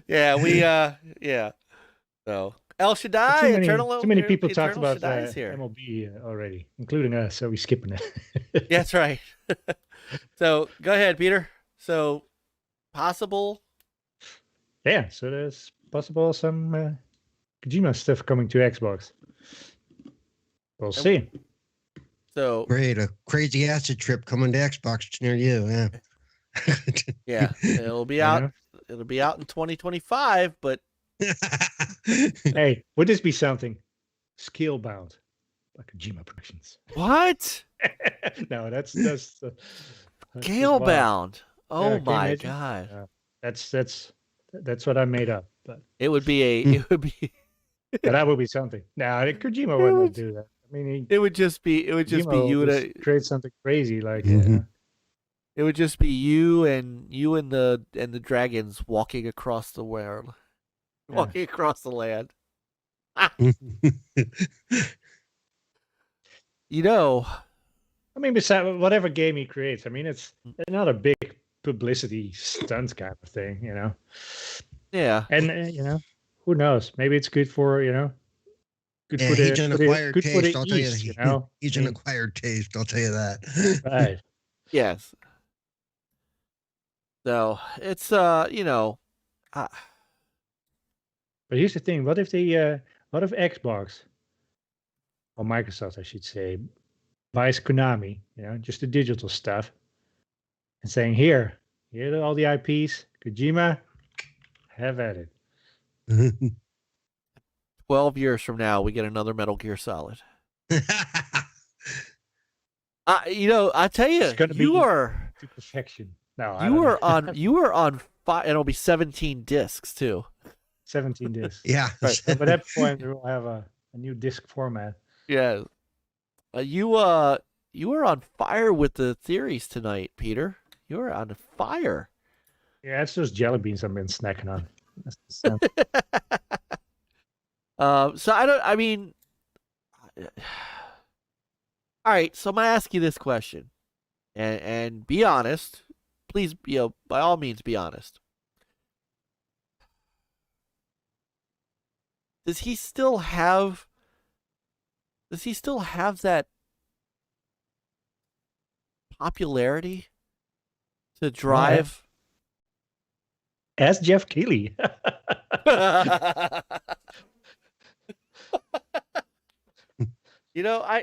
The thing is, like, how do we get Jeff Keighley on, be more pro Xbox? It's like, well, hey, you get Kojima build or something and you will come.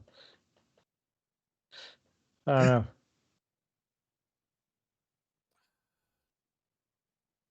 But I mean, in all seriousness, the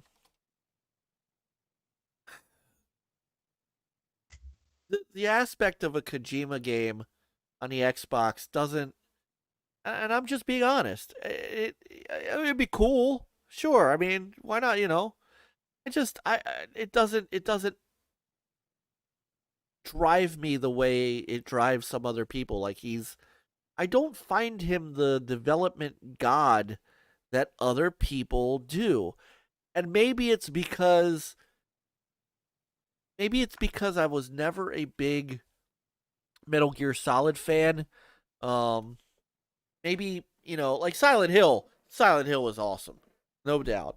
But I don't know. In Death Stranding, it was a take it or leave it kind of game for a lot of people. It got a lot of hype, and it didn't have any legs. It couldn't walk the earth. Right. It didn't have a baby. Maybe because it wasn't on Game Pass. That's possible. Look, I mean, if you put what it if on, it's what is episodic? What Pong Soul said, some horror series. that would be cool. That would be But cool. also, I'm not what saying if it would be. What if this would be like the ticket to the East? Japan, I wouldn't China, mind maybe Korea. I wouldn't mind a return to the Silent Hill world if they did it right. Yeah, but they'd have to buy the IP from Konami for that. Yeah, well. But what if it's something similar? Yeah. Not just called Silent Hill, but just Silent Hill. Yeah, Shield. Yeah. I mean, well, they could buy Sega and it could be the next Condemned game. Well, I maybe mean, they did that too. Or did that? No, I mean, it's.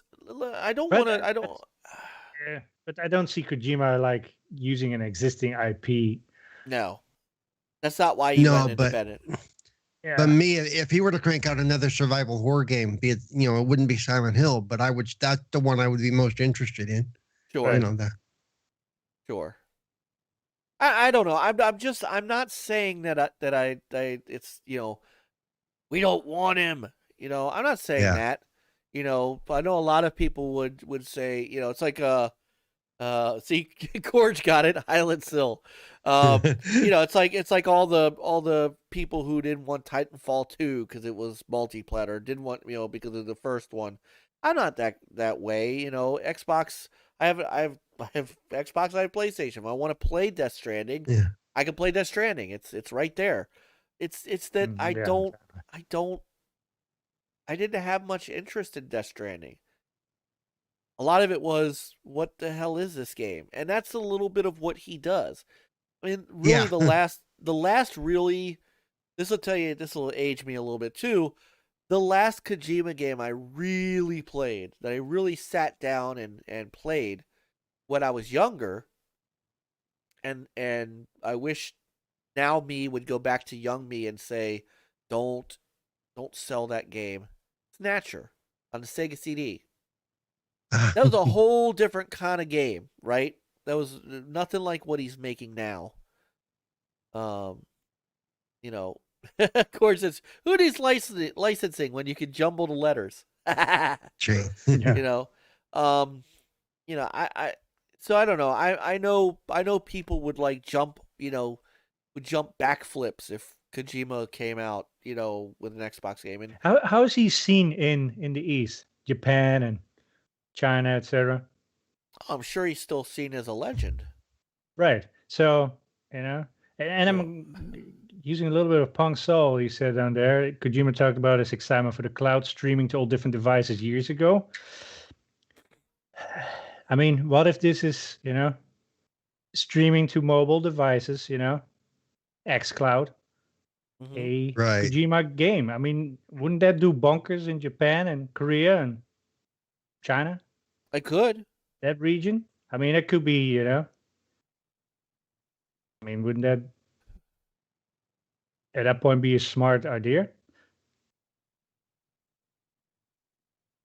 Yeah, I think it would be a great idea.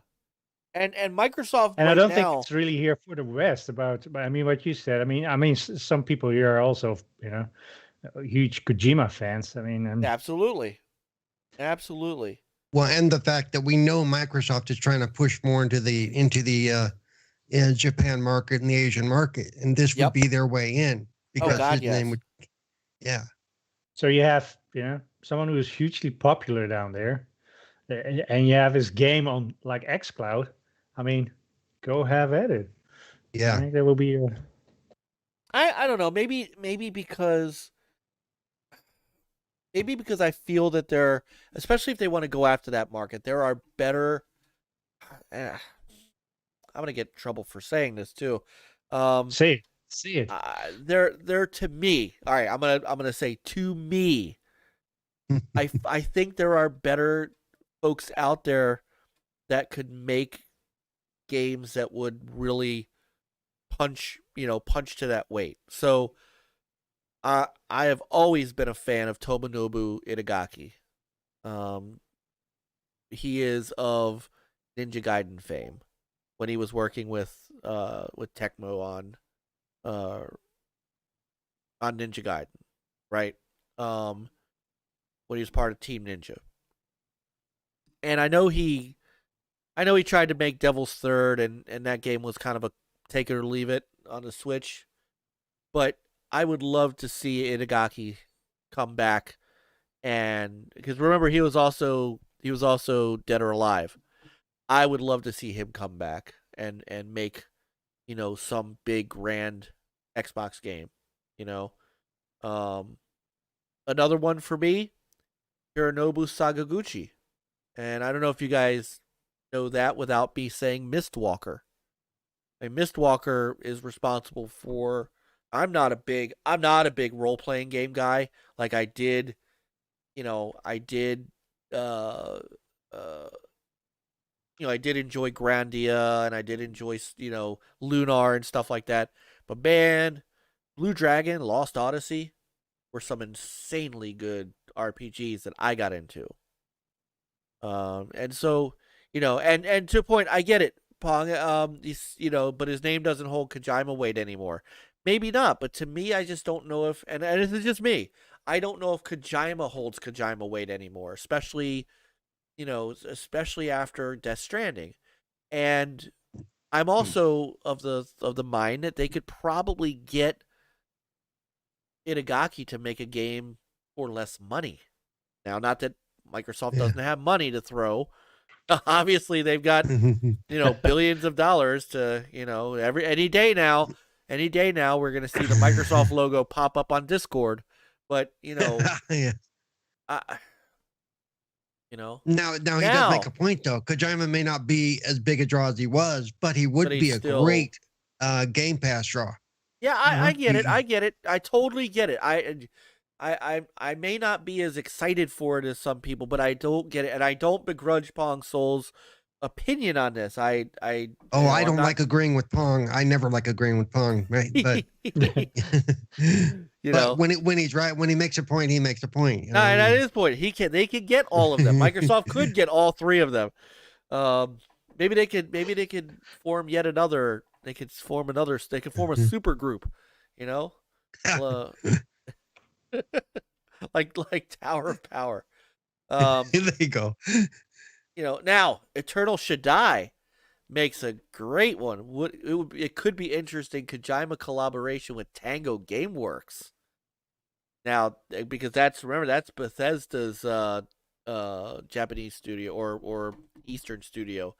That would, that would be interesting. Look,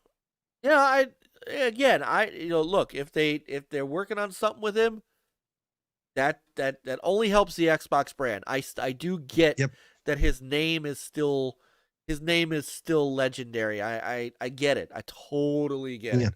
And I don't disagree especially in the Asian market. Don't disagree with that.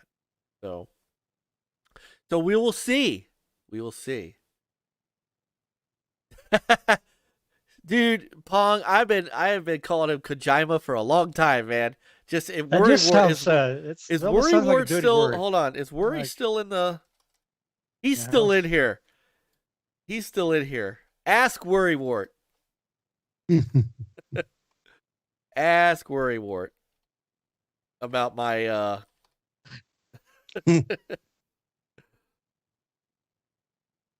Yeah, some people have Kojimas. Oh my goodness. He's out killing me. He said you're killing me. Oh my god. Dreadpool. See, Dreadpool's trying to figure it out. Kojima. Vagina. Yeah. Vagina. Oh, Chris. Oh, brother Chris. Pong has now died. Pong is now dead. Oh my goodness. This is what I love, man. This is my chat room. Our chat room, Peter. This is man, our chat room is just the greatest. They really are. I was trying to be nice and I was about to say that, but he put it in chat, so there it is.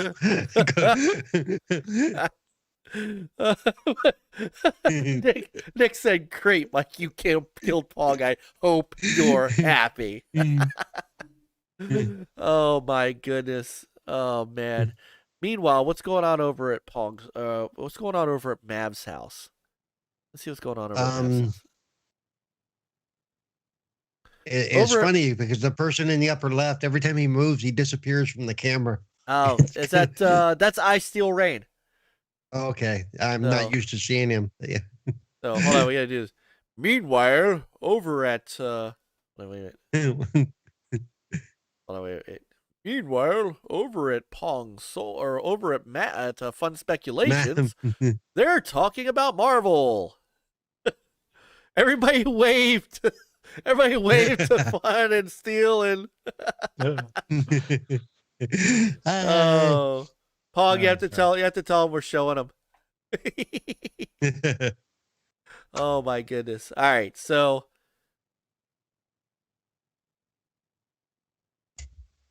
if any of them are over there, if Mav's over, I can see Mav over there going. But what about the DC universe? No. Okay. All right. Yeah. All right. Pretty much. All right, so we're talking about a Kojima.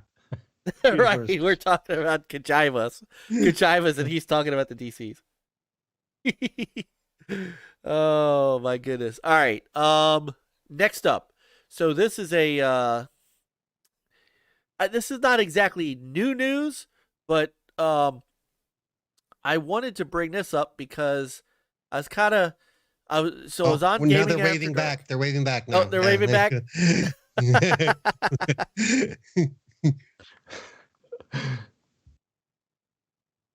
Oh my goodness. All right, so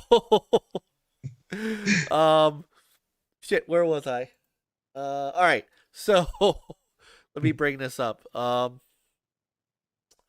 We were talking about this on Gaming After Dark on Noof's awesome freaking awesome show Tuesday night, and I started out liking this, and then the more we talked about it and the more I gave it thought, the more pissed off I was. So here's this month's Caitlin's in our chat now. Hey Caitlin. Well, Sister Caitlin's always been in our chat. She hangs out. Oh. We're all hanging out in each other. This is the funniest thing. I literally have, hold on. So you guys see this. I have two monitors that I run, right? So Yeah. I've got us running over here, and I've got Mav running over here. So I am watching both shows. Yeah, I pretty much had the same thing going on here. Yeah. Here's Mav. You guys are awesome. You guys too. Hold on, watch. I'm gonna type in their chat. No, Mav, you are awesome. So now it's like a crossover. Now we're like a CBS crossover. Yeah. Time to walk the tonk. Nice, Crow. Crow, I'll see you Sunday night for Amico All Access, brother. So, okay, so we talked about PS Plus, and PS Plus has, don't get me wrong, PS Plus has some great games. Don't say bangers. Don't say bangers. I was about to, and I was just saying, you know what? Days Gone and Zombie Army 4. All right, and I haven't played Days Gone yet, so this is going to be great for me. Oh, you haven't? Oh, nice. No, I have not. So this is going to be, for me, this is going to be my first foray into Days Gone, right? But you know what? Also, they had the play at home, doing the play at home days, and maybe that's still going on. I think Days Gone was part of it as well. Ooh, it could be, but I downloaded, Peter, I downloaded Moss, Res Infinite, Thumper, Astrobot Rescue, and there was one more VR game that I downloaded. I'm going I can't wait to get into those. I like Res Infinite. I played the demo. The demo was just unbelievable. So going back and playing that full game, Thumper was really cool. So I'm looking forward to playing that. And Moss. Like, I played the Moss demo, and I should have bought the game when I had the chance. I really should have. And I didn't. And now I'm going to check it out. And then I'm going to finish. Go ahead. I was just going to point that out, Pong, that, Zombie Army 4 had dropped in Game Pass today. Yes, it did. I downloaded it as well. So I get it either way I want. And if it's 4K 60 over on the Xbox, that's where I'll play it. But here's the thing. If it's crossplay, you can play with yourselves. That's true. That'd be a hell of a lot of ways that could go. That'd be a hell of a live stream, wouldn't it? So, all right, so that's an OnlyFans stream. That's definitely an OnlyFans stream. Oh, that's a stream that nobody wants to watch. Nobody wants to watch. What was it? So anyway, Days Gone, awesome. Zombie Army Dead War 4, awesome. And if you don't have those games, pick them up, excellent. And I'm like, Oddworld Soulstorm. I am a big Oddworld fan. And I was even talking about how my wife, Daenerys said, already seen Mike's private streams. Don't give it away, Primero. Don't give it away, brother. I was like, okay, see, I told the story of how even my wife played the Oddworld game. She played Abe's Odyssey on the OG Xbox. I was all excited until I got to the fine print. Soulstorm is only available on the PS5 with PS Plus. So those of us, you can still obtain it. Okay, so I'm glad you said that. I'm glad you said that, because who was it who said that in the chat? I think it was Back from the Dead said that in the chat on Tuesday. He said, "God, you can still download it and you can still hold on to it until you get a PS5." Well, that's my problem. It's going to be a while. So while I'm paying the same amount for PlayStation Plus that PS5 owners can play all 3 games, I don't get to play Oddworld Soulstorm because I only have a PS4. That is nonsense. Especially when Xbox 360 games are always forward compatible on the Xbox One, and Game Pass always has both versions, the smart delivery, both versions, right? So the more I thought about it, the more we talked about it on Tuesday night, the more angry I got. I'm like, you know what? All of a sudden, this sucks. Because now I have to buy a PS5 just to play Oddworld Soulstorm. Or I have to go buy Oddworld Soulstorm on the PS4. And then if I want to play it on the PS5, I think I either have to buy it again or I have to pay the upgrade. There's that one might have an upgrade fee. I'm going to look that up real quick. I'm looking at that because I didn't really. They have two. They have the standard version and the PS5 version. So I'm betting you have to buy the upgrade. Good night, Brother George. Yeah. I mean, that to me. If they have a standard version, why don't they put them both on their Game Pass? I mean, that's what, Right. Because they want people to upgrade their PS4 to a PS5. Can you imagine if Xbox did that? Yeah, we have a game that came out in 2014, but we're only going to put the upgraded version up and the rest of you are screwed. Well, so I'm going to be, to be fair, NBA 2K21 is in Game Pass. That's true. But not the next gen version. Correct. But that means that all the existing, I mean, yes, we wish we could play the upgraded version, but we're not shutting out the old guys, even because the version is there. It is, but you have to buy the upgraded version if you want to play upgrade. Do they have an upgrade path, or you just have to pay $70 or whatever it is? I think you have to buy the next gen version. I don't think they have an upgrade Sure. path. The same thing with Control. Control, and this is where I gave Sony props. Control was the Ultimate Edition where you got the next gen upgrade. Yes. In Game Pass, it was not. And so in order for me to play the upgraded version, I'm gonna have to go buy it. It is, you're right, Chris. That's on 2K.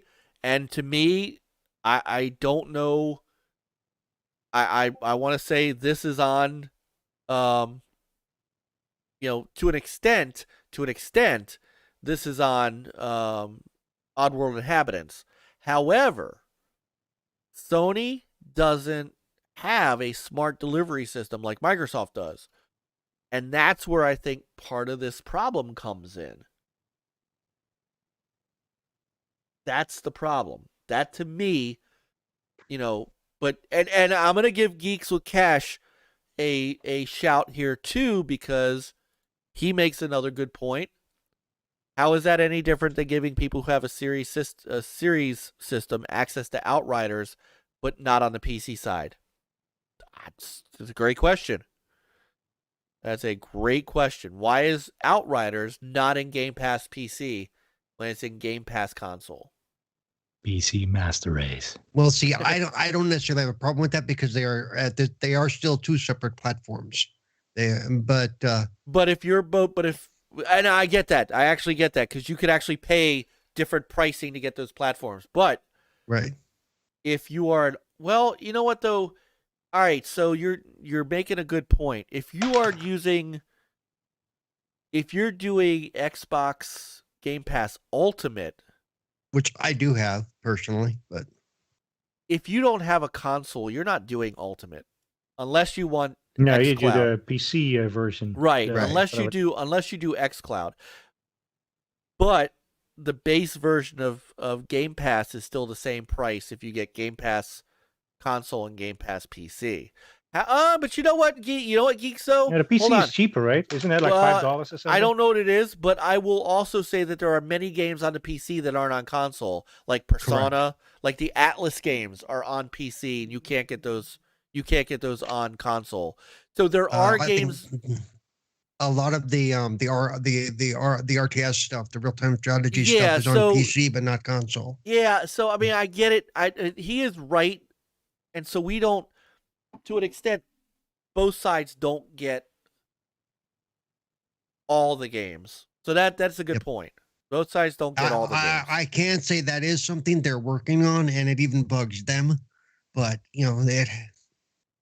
but it's something that they have to deal with. That they want to make it so that everybody gets everything at some point. So, yeah, but so Nick, I think the point we're making though, which Paul makes a good point here. So Nick says if I pay my $15 and you pay your $15 and I get less because I don't have the console, it's a smudge shitty. But it's not just Outriders. You're not necessarily getting less. You're getting different. You're getting different, right? What about Age of exactly? Like what about Age of Empires? To use the unlimited Tesla electricity at their stations, but I don't have an electric Tesla car. Right. But no, it's like I mean, it's yeah, I get it, but two different pools of stuff. They are. And it's tough, and I think if you're one who owns Ultimate, you're typically doing it because you want both the console and the PC, plus you want xCloud, which is of course another platform. So no, you shouldn't on either side. I do understand that. The only thing I will say is that there are games that are on PC that aren't built for the Xbox. So for example, Superland or like I said, Persona. The Atlas games are not out on the Xbox, so that you can't put them in Xbox's Game Cloud because they don't make the game for the Xbox.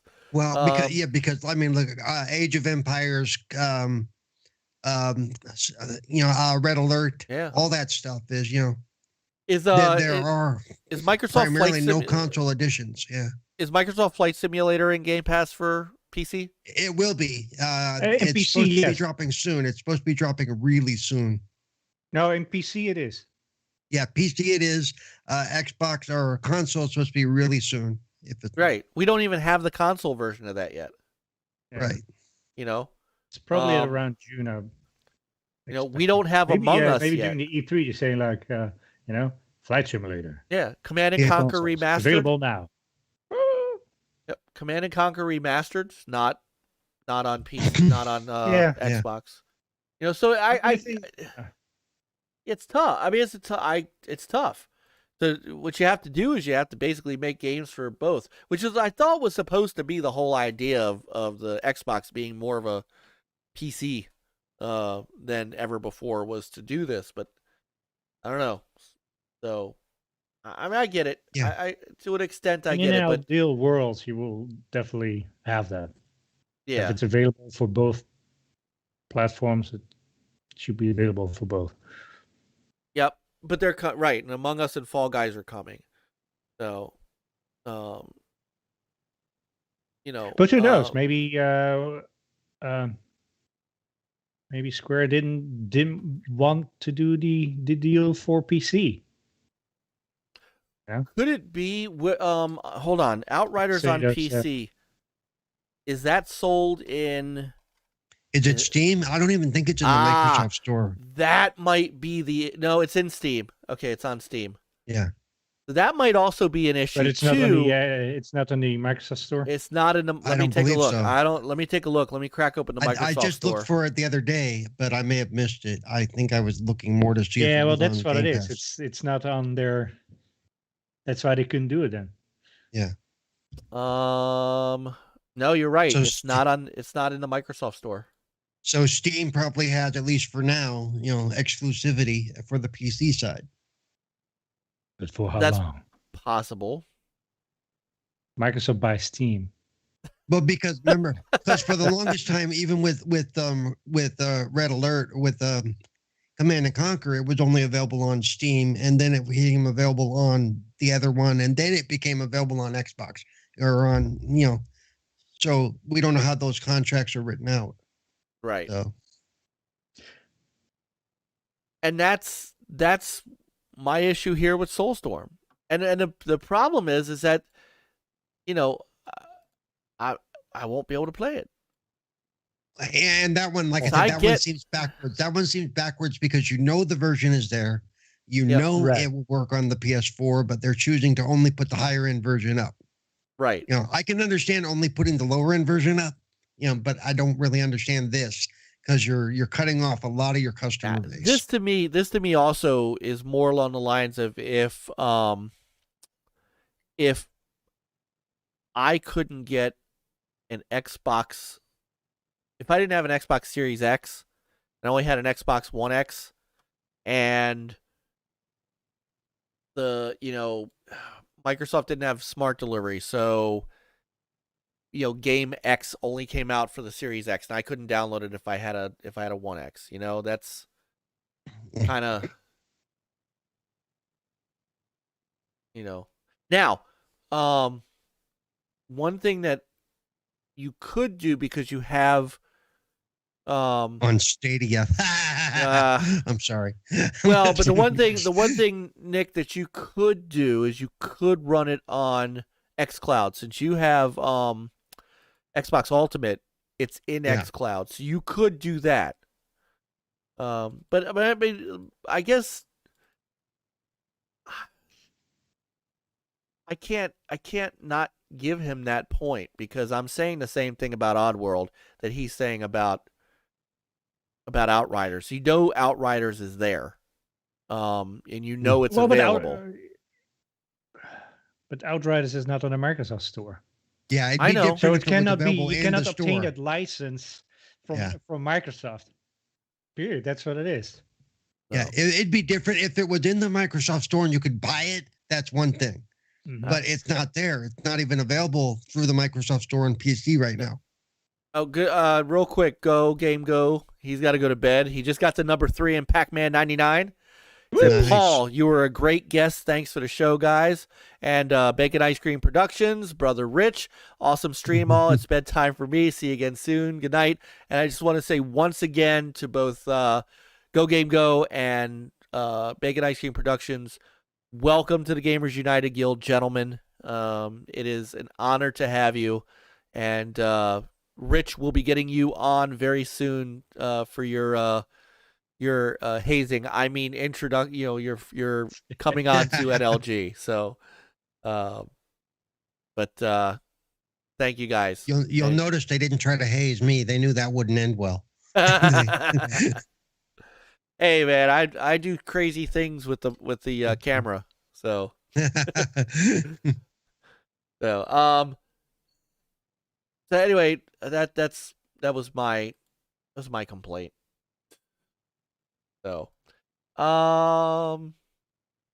But here's another thing. They might save some money because people who cannot get their hands on a PS5 will not be able to get this version unless they're smart and they still obtain that license.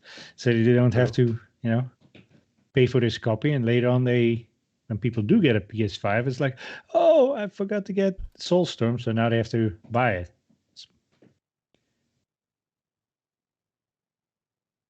So it's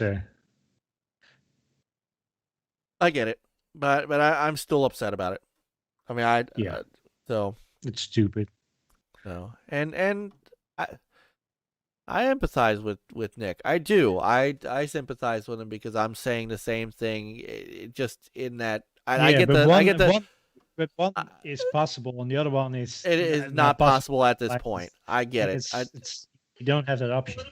I know, but I understand his consternation. That's not Nick's fault, right? Nick's paying for Game Pass for PC. That's not his fault. So from that angle, I'm totally with him because this isn't my fault. It's not my fault. I can't get, no, but see, Nick's issue isn't on Microsoft either, necessarily. I don't. I'm sure it's not. Whereas your issue is definitely on a Sony side because it's available, but they're not going to do it. They're not going to give it to you. X is going to give it to you. No, a whole different thing. Yeah. Anyway, any update on DMX? Is he? Oh no, he's still. Let's see. He's still on. I saw something weird about it. I saw something that may be bad news. Let me see it here. Oh. What? DMX Design Games? No. What was DMA, wasn't it? As of 8 hours ago, his brain activity shows no improvement. Guys, don't do drugs. I just don't. Right? Just don't. Yeah. So, all right. Next, I don't want to bring the show down. I'm sorry. Next up, and the last thing that I have, which actually, once again, comes from Peter, because Peter is very good at getting the news. He is. Yeah, I was on a roll. You have been on a roll all night, man. Mm-hmm. So, Microsoft buys Bethesda and just screws them all up. Deathloop. Go ahead, Peter. This one's yours. Oh, sure. Yeah, Deathloop. They came out and told it's been delayed till September 14th. Is to make the game, the way you want to have it, and so people on PlayStation will have to wait just a little bit longer. But what you said, even on After Dark show, it was a rushed game will always be a bad game. And a delayed Miyamoto. game. Yeah. What is that? A delayed game will be eventually good. A rushed game will be bad forever. Exactly. So, yeah. Unless here's another conspiracy. They delayed it because they're gonna bring it out on Game Pass same day. Wow. So, here you have it. Ooh, there it is. That's the spicy. You can't sell it, but you can put it on Game Pass. Hey, Pong Soul, Peter's coming for you. Wow. And here's another thing with the whole sale and stuff. All bets might be off. You know, you don't know what the exit clauses are or other stuff. Who knows? Well, and the other thing is, it could be just a matter of, maybe, Phil or Microsoft have looked at it and said, well, you know what, now that you're under our banner, you've got to make this right or don't make it. It's like, You know what the Right. delay is? You have to put like a Microsoft's whatever the Microsoft Xbox splash or whatever page. Xbox something. yeah, Title whatever screen. the name of the new company, because they're actually they're being under a new banner. They're not going to be, Bethesda or ZeniMax. I forget what the name of the new banner is under Microsoft, but yeah. Yeah. No. Peter, will I grab that real Yeah. quick? Yeah, an awesome $5 Canadian from zblackrider. I'll take the blame. All right, there you have it. Those And there you go. darn That was- Canadians. Z Black, is great to have you back in our chat, man. It really is. Yes. I'm so happy that you're back. So You typed in seeing that this is not confirmed. Oh, the death. that DMX is dead. Oh, Because AssassinLupa said that Mav is because I can't hear Mav, but they're talking about it over there. And they said that he did, but I'm looking online and there's no confirmation of it just yet. So we shall No, see. the one who tweeted it prematurely has apologized for the premature death tweet. Yeah. so- Gotcha. Well, yeah. But it doesn't change the fact. Don't do drugs. Yeah, it doesn't change that fact. And I don't want to make light of it, but that's why he's in this position. I mean, you don't put yourself in that position. Too many people Right. have done that to themselves. So, it's Rick Payne. Rick Payne. I like Rick. Rick's fun to play. Fun to play Halo with, but I'm just saying he's not. I don't know that he's the best news source. Yeah. So, but yeah, so we'll see. Yeah, drugs are bad. It is. Okay, so Deathloop being delayed. Peter says it's for Game Pass.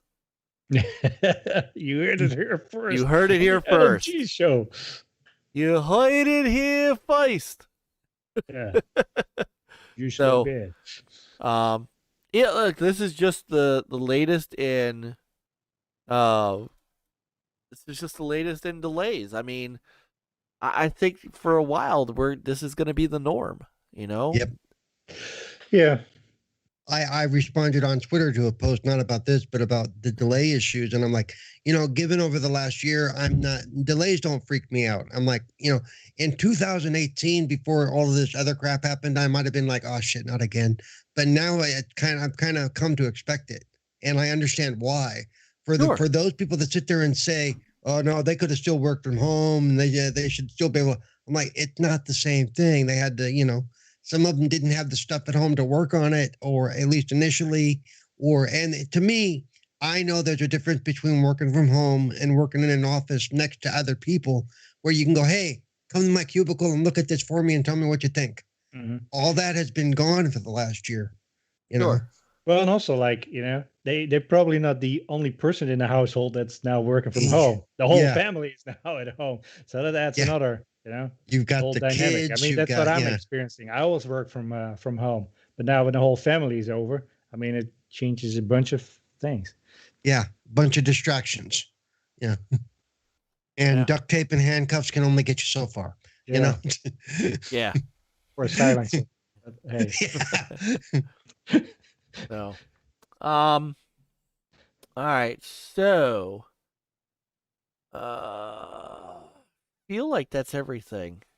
Anything else that you guys saw over the past Breaking news, few days yeah. that? Apparently, Dr. Demento wrote a book, but I don't want to, or not Dr. or Dr. What's his name? Disrespect. Dr. Yeah. I don't like Hey, that man, guy. I don't like that. If Dr. Demento wrote a book, I am first in line to buy that all shit. over that. Yeah. There's two I people love whose Dr. books. D. I love Yes, Dr. D. He's awesome.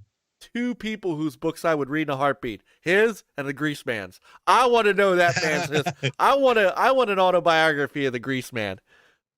I used to listen to him oh my God, he was one of the best. Hey, but without Dr. D, we wouldn't have Weird Al. No, Seriously, we would not. no. And that would be a shame. Yep. That would be a shame. Yup. Can you imagine if that never took off? If he did that, imagine if he did that. If Al came with John Shorts and they did another one, Rides the Bus, and everyone hated it. The trajectory of Weird Al Yankovic's career would be so different. Yep. So, And because Dr. D had the perfect format for playing songs like that, where Yep. normally if you heard that on a regular radio station, you go, "What the?" You know? yeah, exactly. You'd But be like, you "Who is expected this?" it with Dr. D, but you things like Hamster Love. I love it. You know, I used to listen to a lot of Dr. Demento. You know? Yes, I did too. Those guys, and that's and you know that my love for my love for Weird Al Yankovic is it comes from that. And I mean, there's a point in time when I could almost sing every song he did. You know, My love for parodies in general. I love song parodies. I will hunt them out if I, you know. It just I can't get, you know, to me, because they're very creative. You know, they are. They're very Yeah. creative. Yeah, Weird Al would have been culture canceled before he got off the ground. Yeah. So, you know what's funny though? It's such a dichotomy of people who did and did not want his music. He want him to parody their music. So Right. you know the biggest ones who loved him. Michael Jackson was such a fan of him that when he went to do Fat, Michael Jackson lent him his dance crew, let him use the music, and even got him the place that they shot Bad. Because remember, it's in the same. Right. But it's the actual place where they filmed Bad, because he wanted it to be so close to his video that he did that. And so there were. Well, Go ahead. oh, I'm sorry. Go ahead. No, I was going to say what was really cool about Al is even though he didn't have to ask permission because it was parody, he would. And if they said, He no, always I'd did. rather you didn't, he backed off. Yep. He never did a game. He never did a song. He never did a Prince song because of that. Yeah. And he he did do Amish Paradise, right? Even Right. though what's his name didn't want him to rule it, but he was like, I'm doing that one anyway. But he never did a Prince song. But there were always, there's some really great stories, like, and I'm getting a little fuzzy. You have to excuse me. Well, it's getting a little late for me. Yeah, it's almost midnight for you. So, yeah. Yeah. Greg King Band, right? Jeopardy. Yeah. I lost on Jeopardy. That. Yeah. They were so impressed with what Weird Al did for his Jeopardy song that Greg Kiln, they came in and they did the guitar tracks and they did the backup. If you listen to that song, it's them doing I lost on Jeopardy, baby. It's them. They were such fans that, and that's the cool thing about that. And he actually, and Kin himself, he appeared in the video. So anyway, so Pong, you know what, Pong, you're absolutely right. Yeah, he wasn't happy with Amish Paradise because it was better than Gangster's Paradise. Damn right. So, but I even loved his obscure stuff like Frank's 2000-inch TV and all the polka stuff. So, all right. Oh yeah. Go ahead. I was going to say, yeah, his accordion playing was amazing, and the fact that he was able to capitalize on that is just, Yep, just like his father, just like his dad did. So, Pong Soul did remind me of one more thing that I did download. I forgot to bring it up. Sega is dipping its toe back into the waters with Alex Kidd. They're Really? Yep.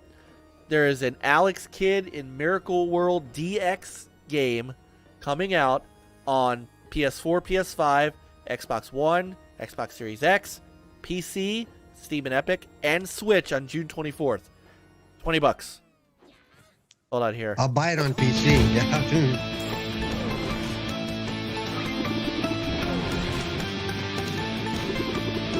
Alex Kidd. I'm surprised Alex Kidd really never kind of became the big mascot for Sega. I mean, obviously we know who the mascot for Sega is. I'm surprised Alex Kidd didn't make it.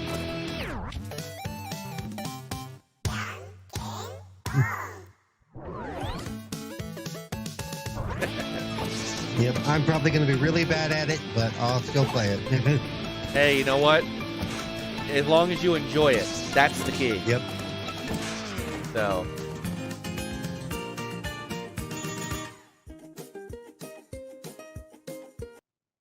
I'm looking forward to this. Did you ever well, you weren't a Sega guy, Peter, so I don't know, did you ever get an Alex Kidd game? No. Well, it's a part of the So it's not. is it part of NES or SNES, one of those It's not. And No? in fact, it's not even Genesis. So this was a Sega Master System game, Alex Kidd in Miracle World. Oh. This came out in 1986. The original. So Yeah, I was playing on Commodore 64 then. Probably. Yeah. Now, they tried to bring this back on the Wii, but no. So I'm looking forward to this. I totally forgotten about this. Thank you, Pong. Thank you, brother Pong. There's going to be new modes, levels, features. So, I'm gonna play this again while we're talking. How Alex Kidd didn't make it out of the Master System's beyond me. But folks are, people are going to get a chance to play it. Now, this is where I love Game Pass, because this game is not going to be in Game Pass, but because I have Game Pass, I have the money to buy a game like this. Yep. That I don't know if it was your post where that was mentioned, and I said that's why I bought LA Noire, because I have a little bit extra scratch because I'm not spending money on all these brand new games that are coming out. Yep. And apparently, and I just saw this on Engadget, you can switch between the modern version and the Master System version. Oh, that's cool. Yeah. Well, that's kind of like they did with the LucasArts games that are on Game Pass. You can switch the graphics back to the original graphics. Oh, the Day of the Tentacle and Full Throttle. Yep. Full Throttle. Oh, nice. Yeah. I got to get through those too. So, see, this is my problem. I want to play all those. I know. I'm listening. I want to play all those, and these are perfect games for us to stream. Like I could see myself streaming this, and having fun with people watching. Yeah. Well, especially like Full Throttle and the other one, Grim Fandango. They are just such engaging games, and they're fun. They're funny. Yes. I used to love those old LucasArts games. I was a big fan of all of them. Secret of Monkey Island, which I also have downloaded. You need to get the Indiana Jones too. Yeah. Yes.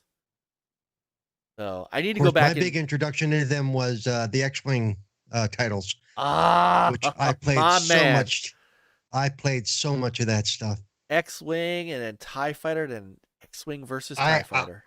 I actually got to see X-Wing before it was out because one of my friends is the graphic artist on X-Wing. Nice. So and I was at his house and I got to play it before everybody else did. I was like, Nice. yeah, I'm supposed to be visiting them, and I spent hours in his computer room playing the game. Nice. Yeah. See, this is man. So this is. Like I said, I don't know how Alex Kidd never made it out of the Master System, but here you go. So this is a let me get over to Steam because this is a collaboration between Sega, Merge Games, and Jenkin Team, and it's being published by Merge Games. But obviously, they needed the IP from Sega, so kind of all the way around. So. All right, so that's Alex Kidd. I'm looking forward to it. Yeah, he's all grown up. Alex adult. Yeah. So, all right, we are entering the almost midnight hour, and I might be able to get us out of here before the clock strikes midnight, and I turn into a pumpkin. Yeah. So, do we have any other news that I might have missed? Anything that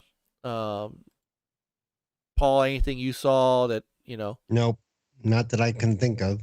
We covered everything. We covered a lot of ground tonight. Yep. We really did. So, Peter, anything else that I missed? No.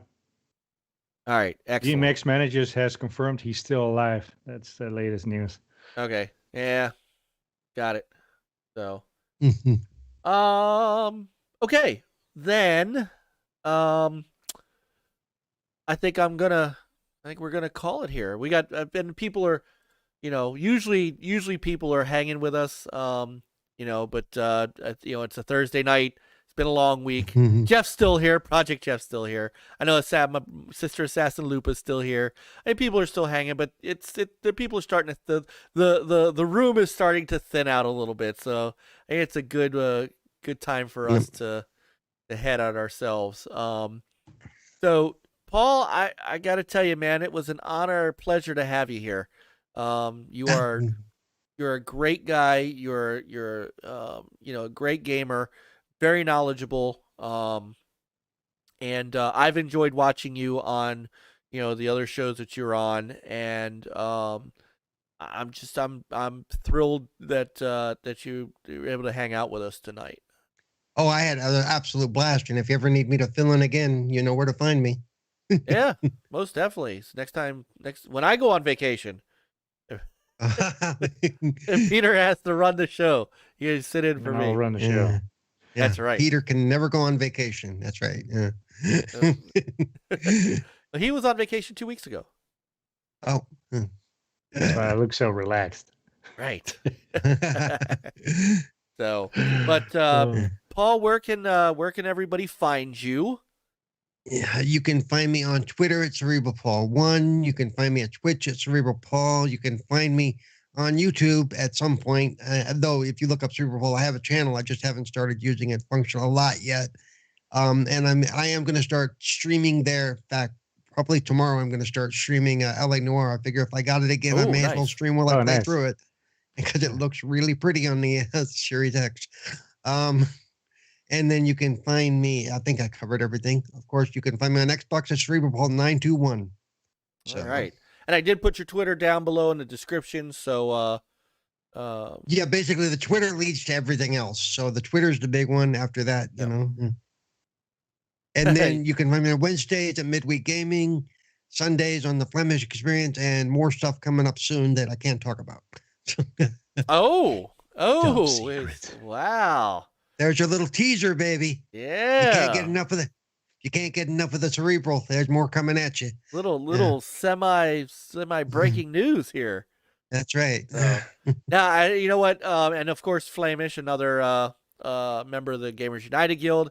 So you know, you're kind of part of the guild a little bit by proxy. Sort of, kind of. Yeah, I'm by proxy. By proxy. So, so it really was great having you. And thanks for coming and sharing your story and sharing your experiences and talking games with us tonight. It was great.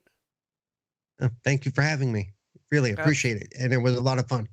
Absolutely. Yeah, and as we do with every guest that ever comes on NLG, you have an open invitation. If you do want to come and talk with us, say, hey, man, it's a good night to hang out with the NLG guys. Just shoot us up a message, and typically we'll have room. So yeah, that may, you know, especially after E3 and some of the stuff comes out this summer, I may be, hey, I wanna talk. Well, we'd love to have you back. Absolutely. Yep.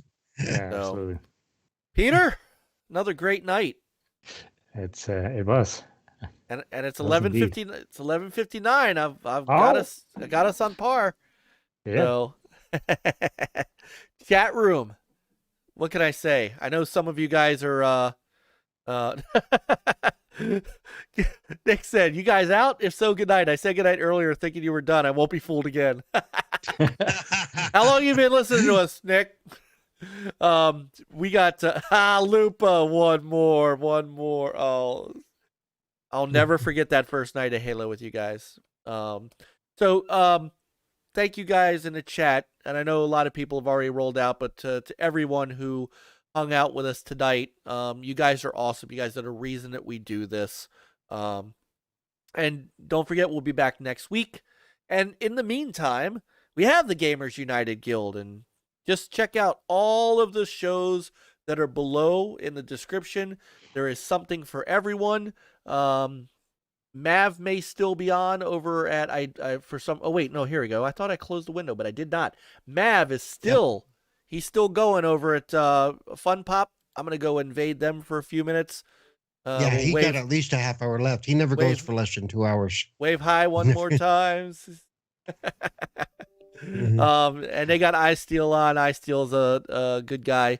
I want to thank also all of our friends of NLG that spend their $2 a month. I know, Paul, you're a member. You're a channel member. Yes, I am. And we do appreciate that. You can see the little Atari thing or whatever it is next to my Well, name. you have yours is the everyone over a month, which you are, is an Intellivision Amico.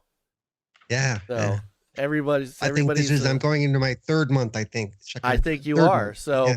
I want to thank you and everybody who's a channel member. It really does help us out. We're giving back with giveaways. Michael Garvey got a hat. I think who else won? I think Infinite won. Mike. Oh, he's Kitty. Yeah, Kitty. Kitty gets right in my face. Yeah. And she's like, "It's my turn now."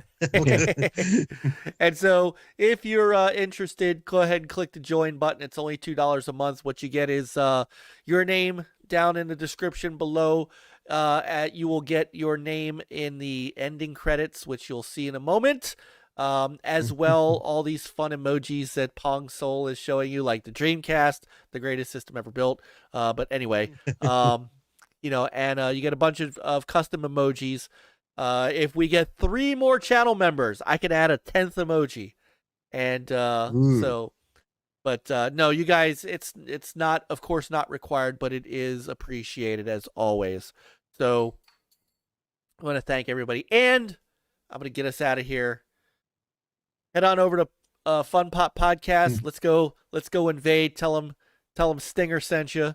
And look at them down there. They got all the emojis down there. There's a 7800 in there for OEB Pete. I don't know where he went, but is he still?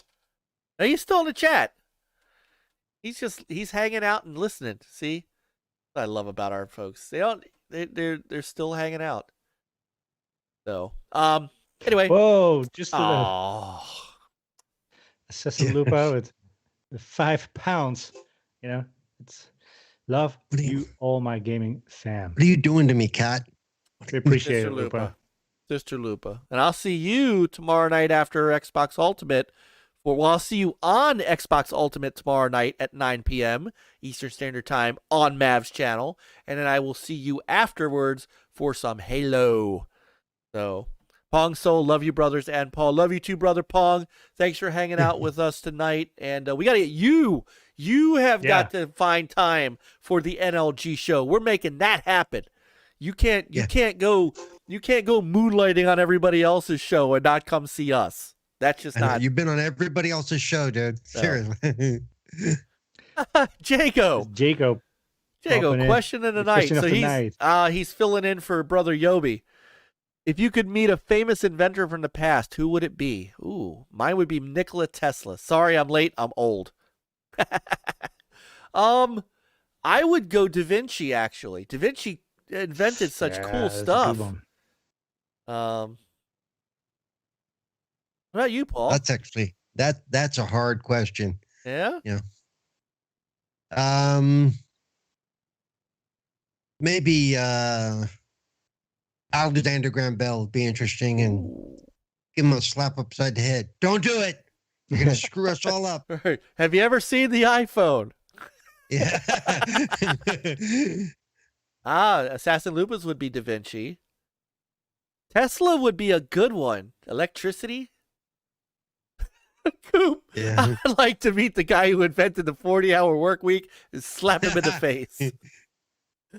So Paul says Da Vinci for me as well, or Tesla. Okay, good, very nice. Well, Jago, I'm sorry, man, we're rolling out, but I love you, man. Thanks for bringing that last question in, and we'll see you very soon. De Niro, Dr. Emmett Brown. Yeah. So, all right, we're gonna get out of here. Please head on over and check out Fun Pop. I'm gonna head over there and say goodnight myself.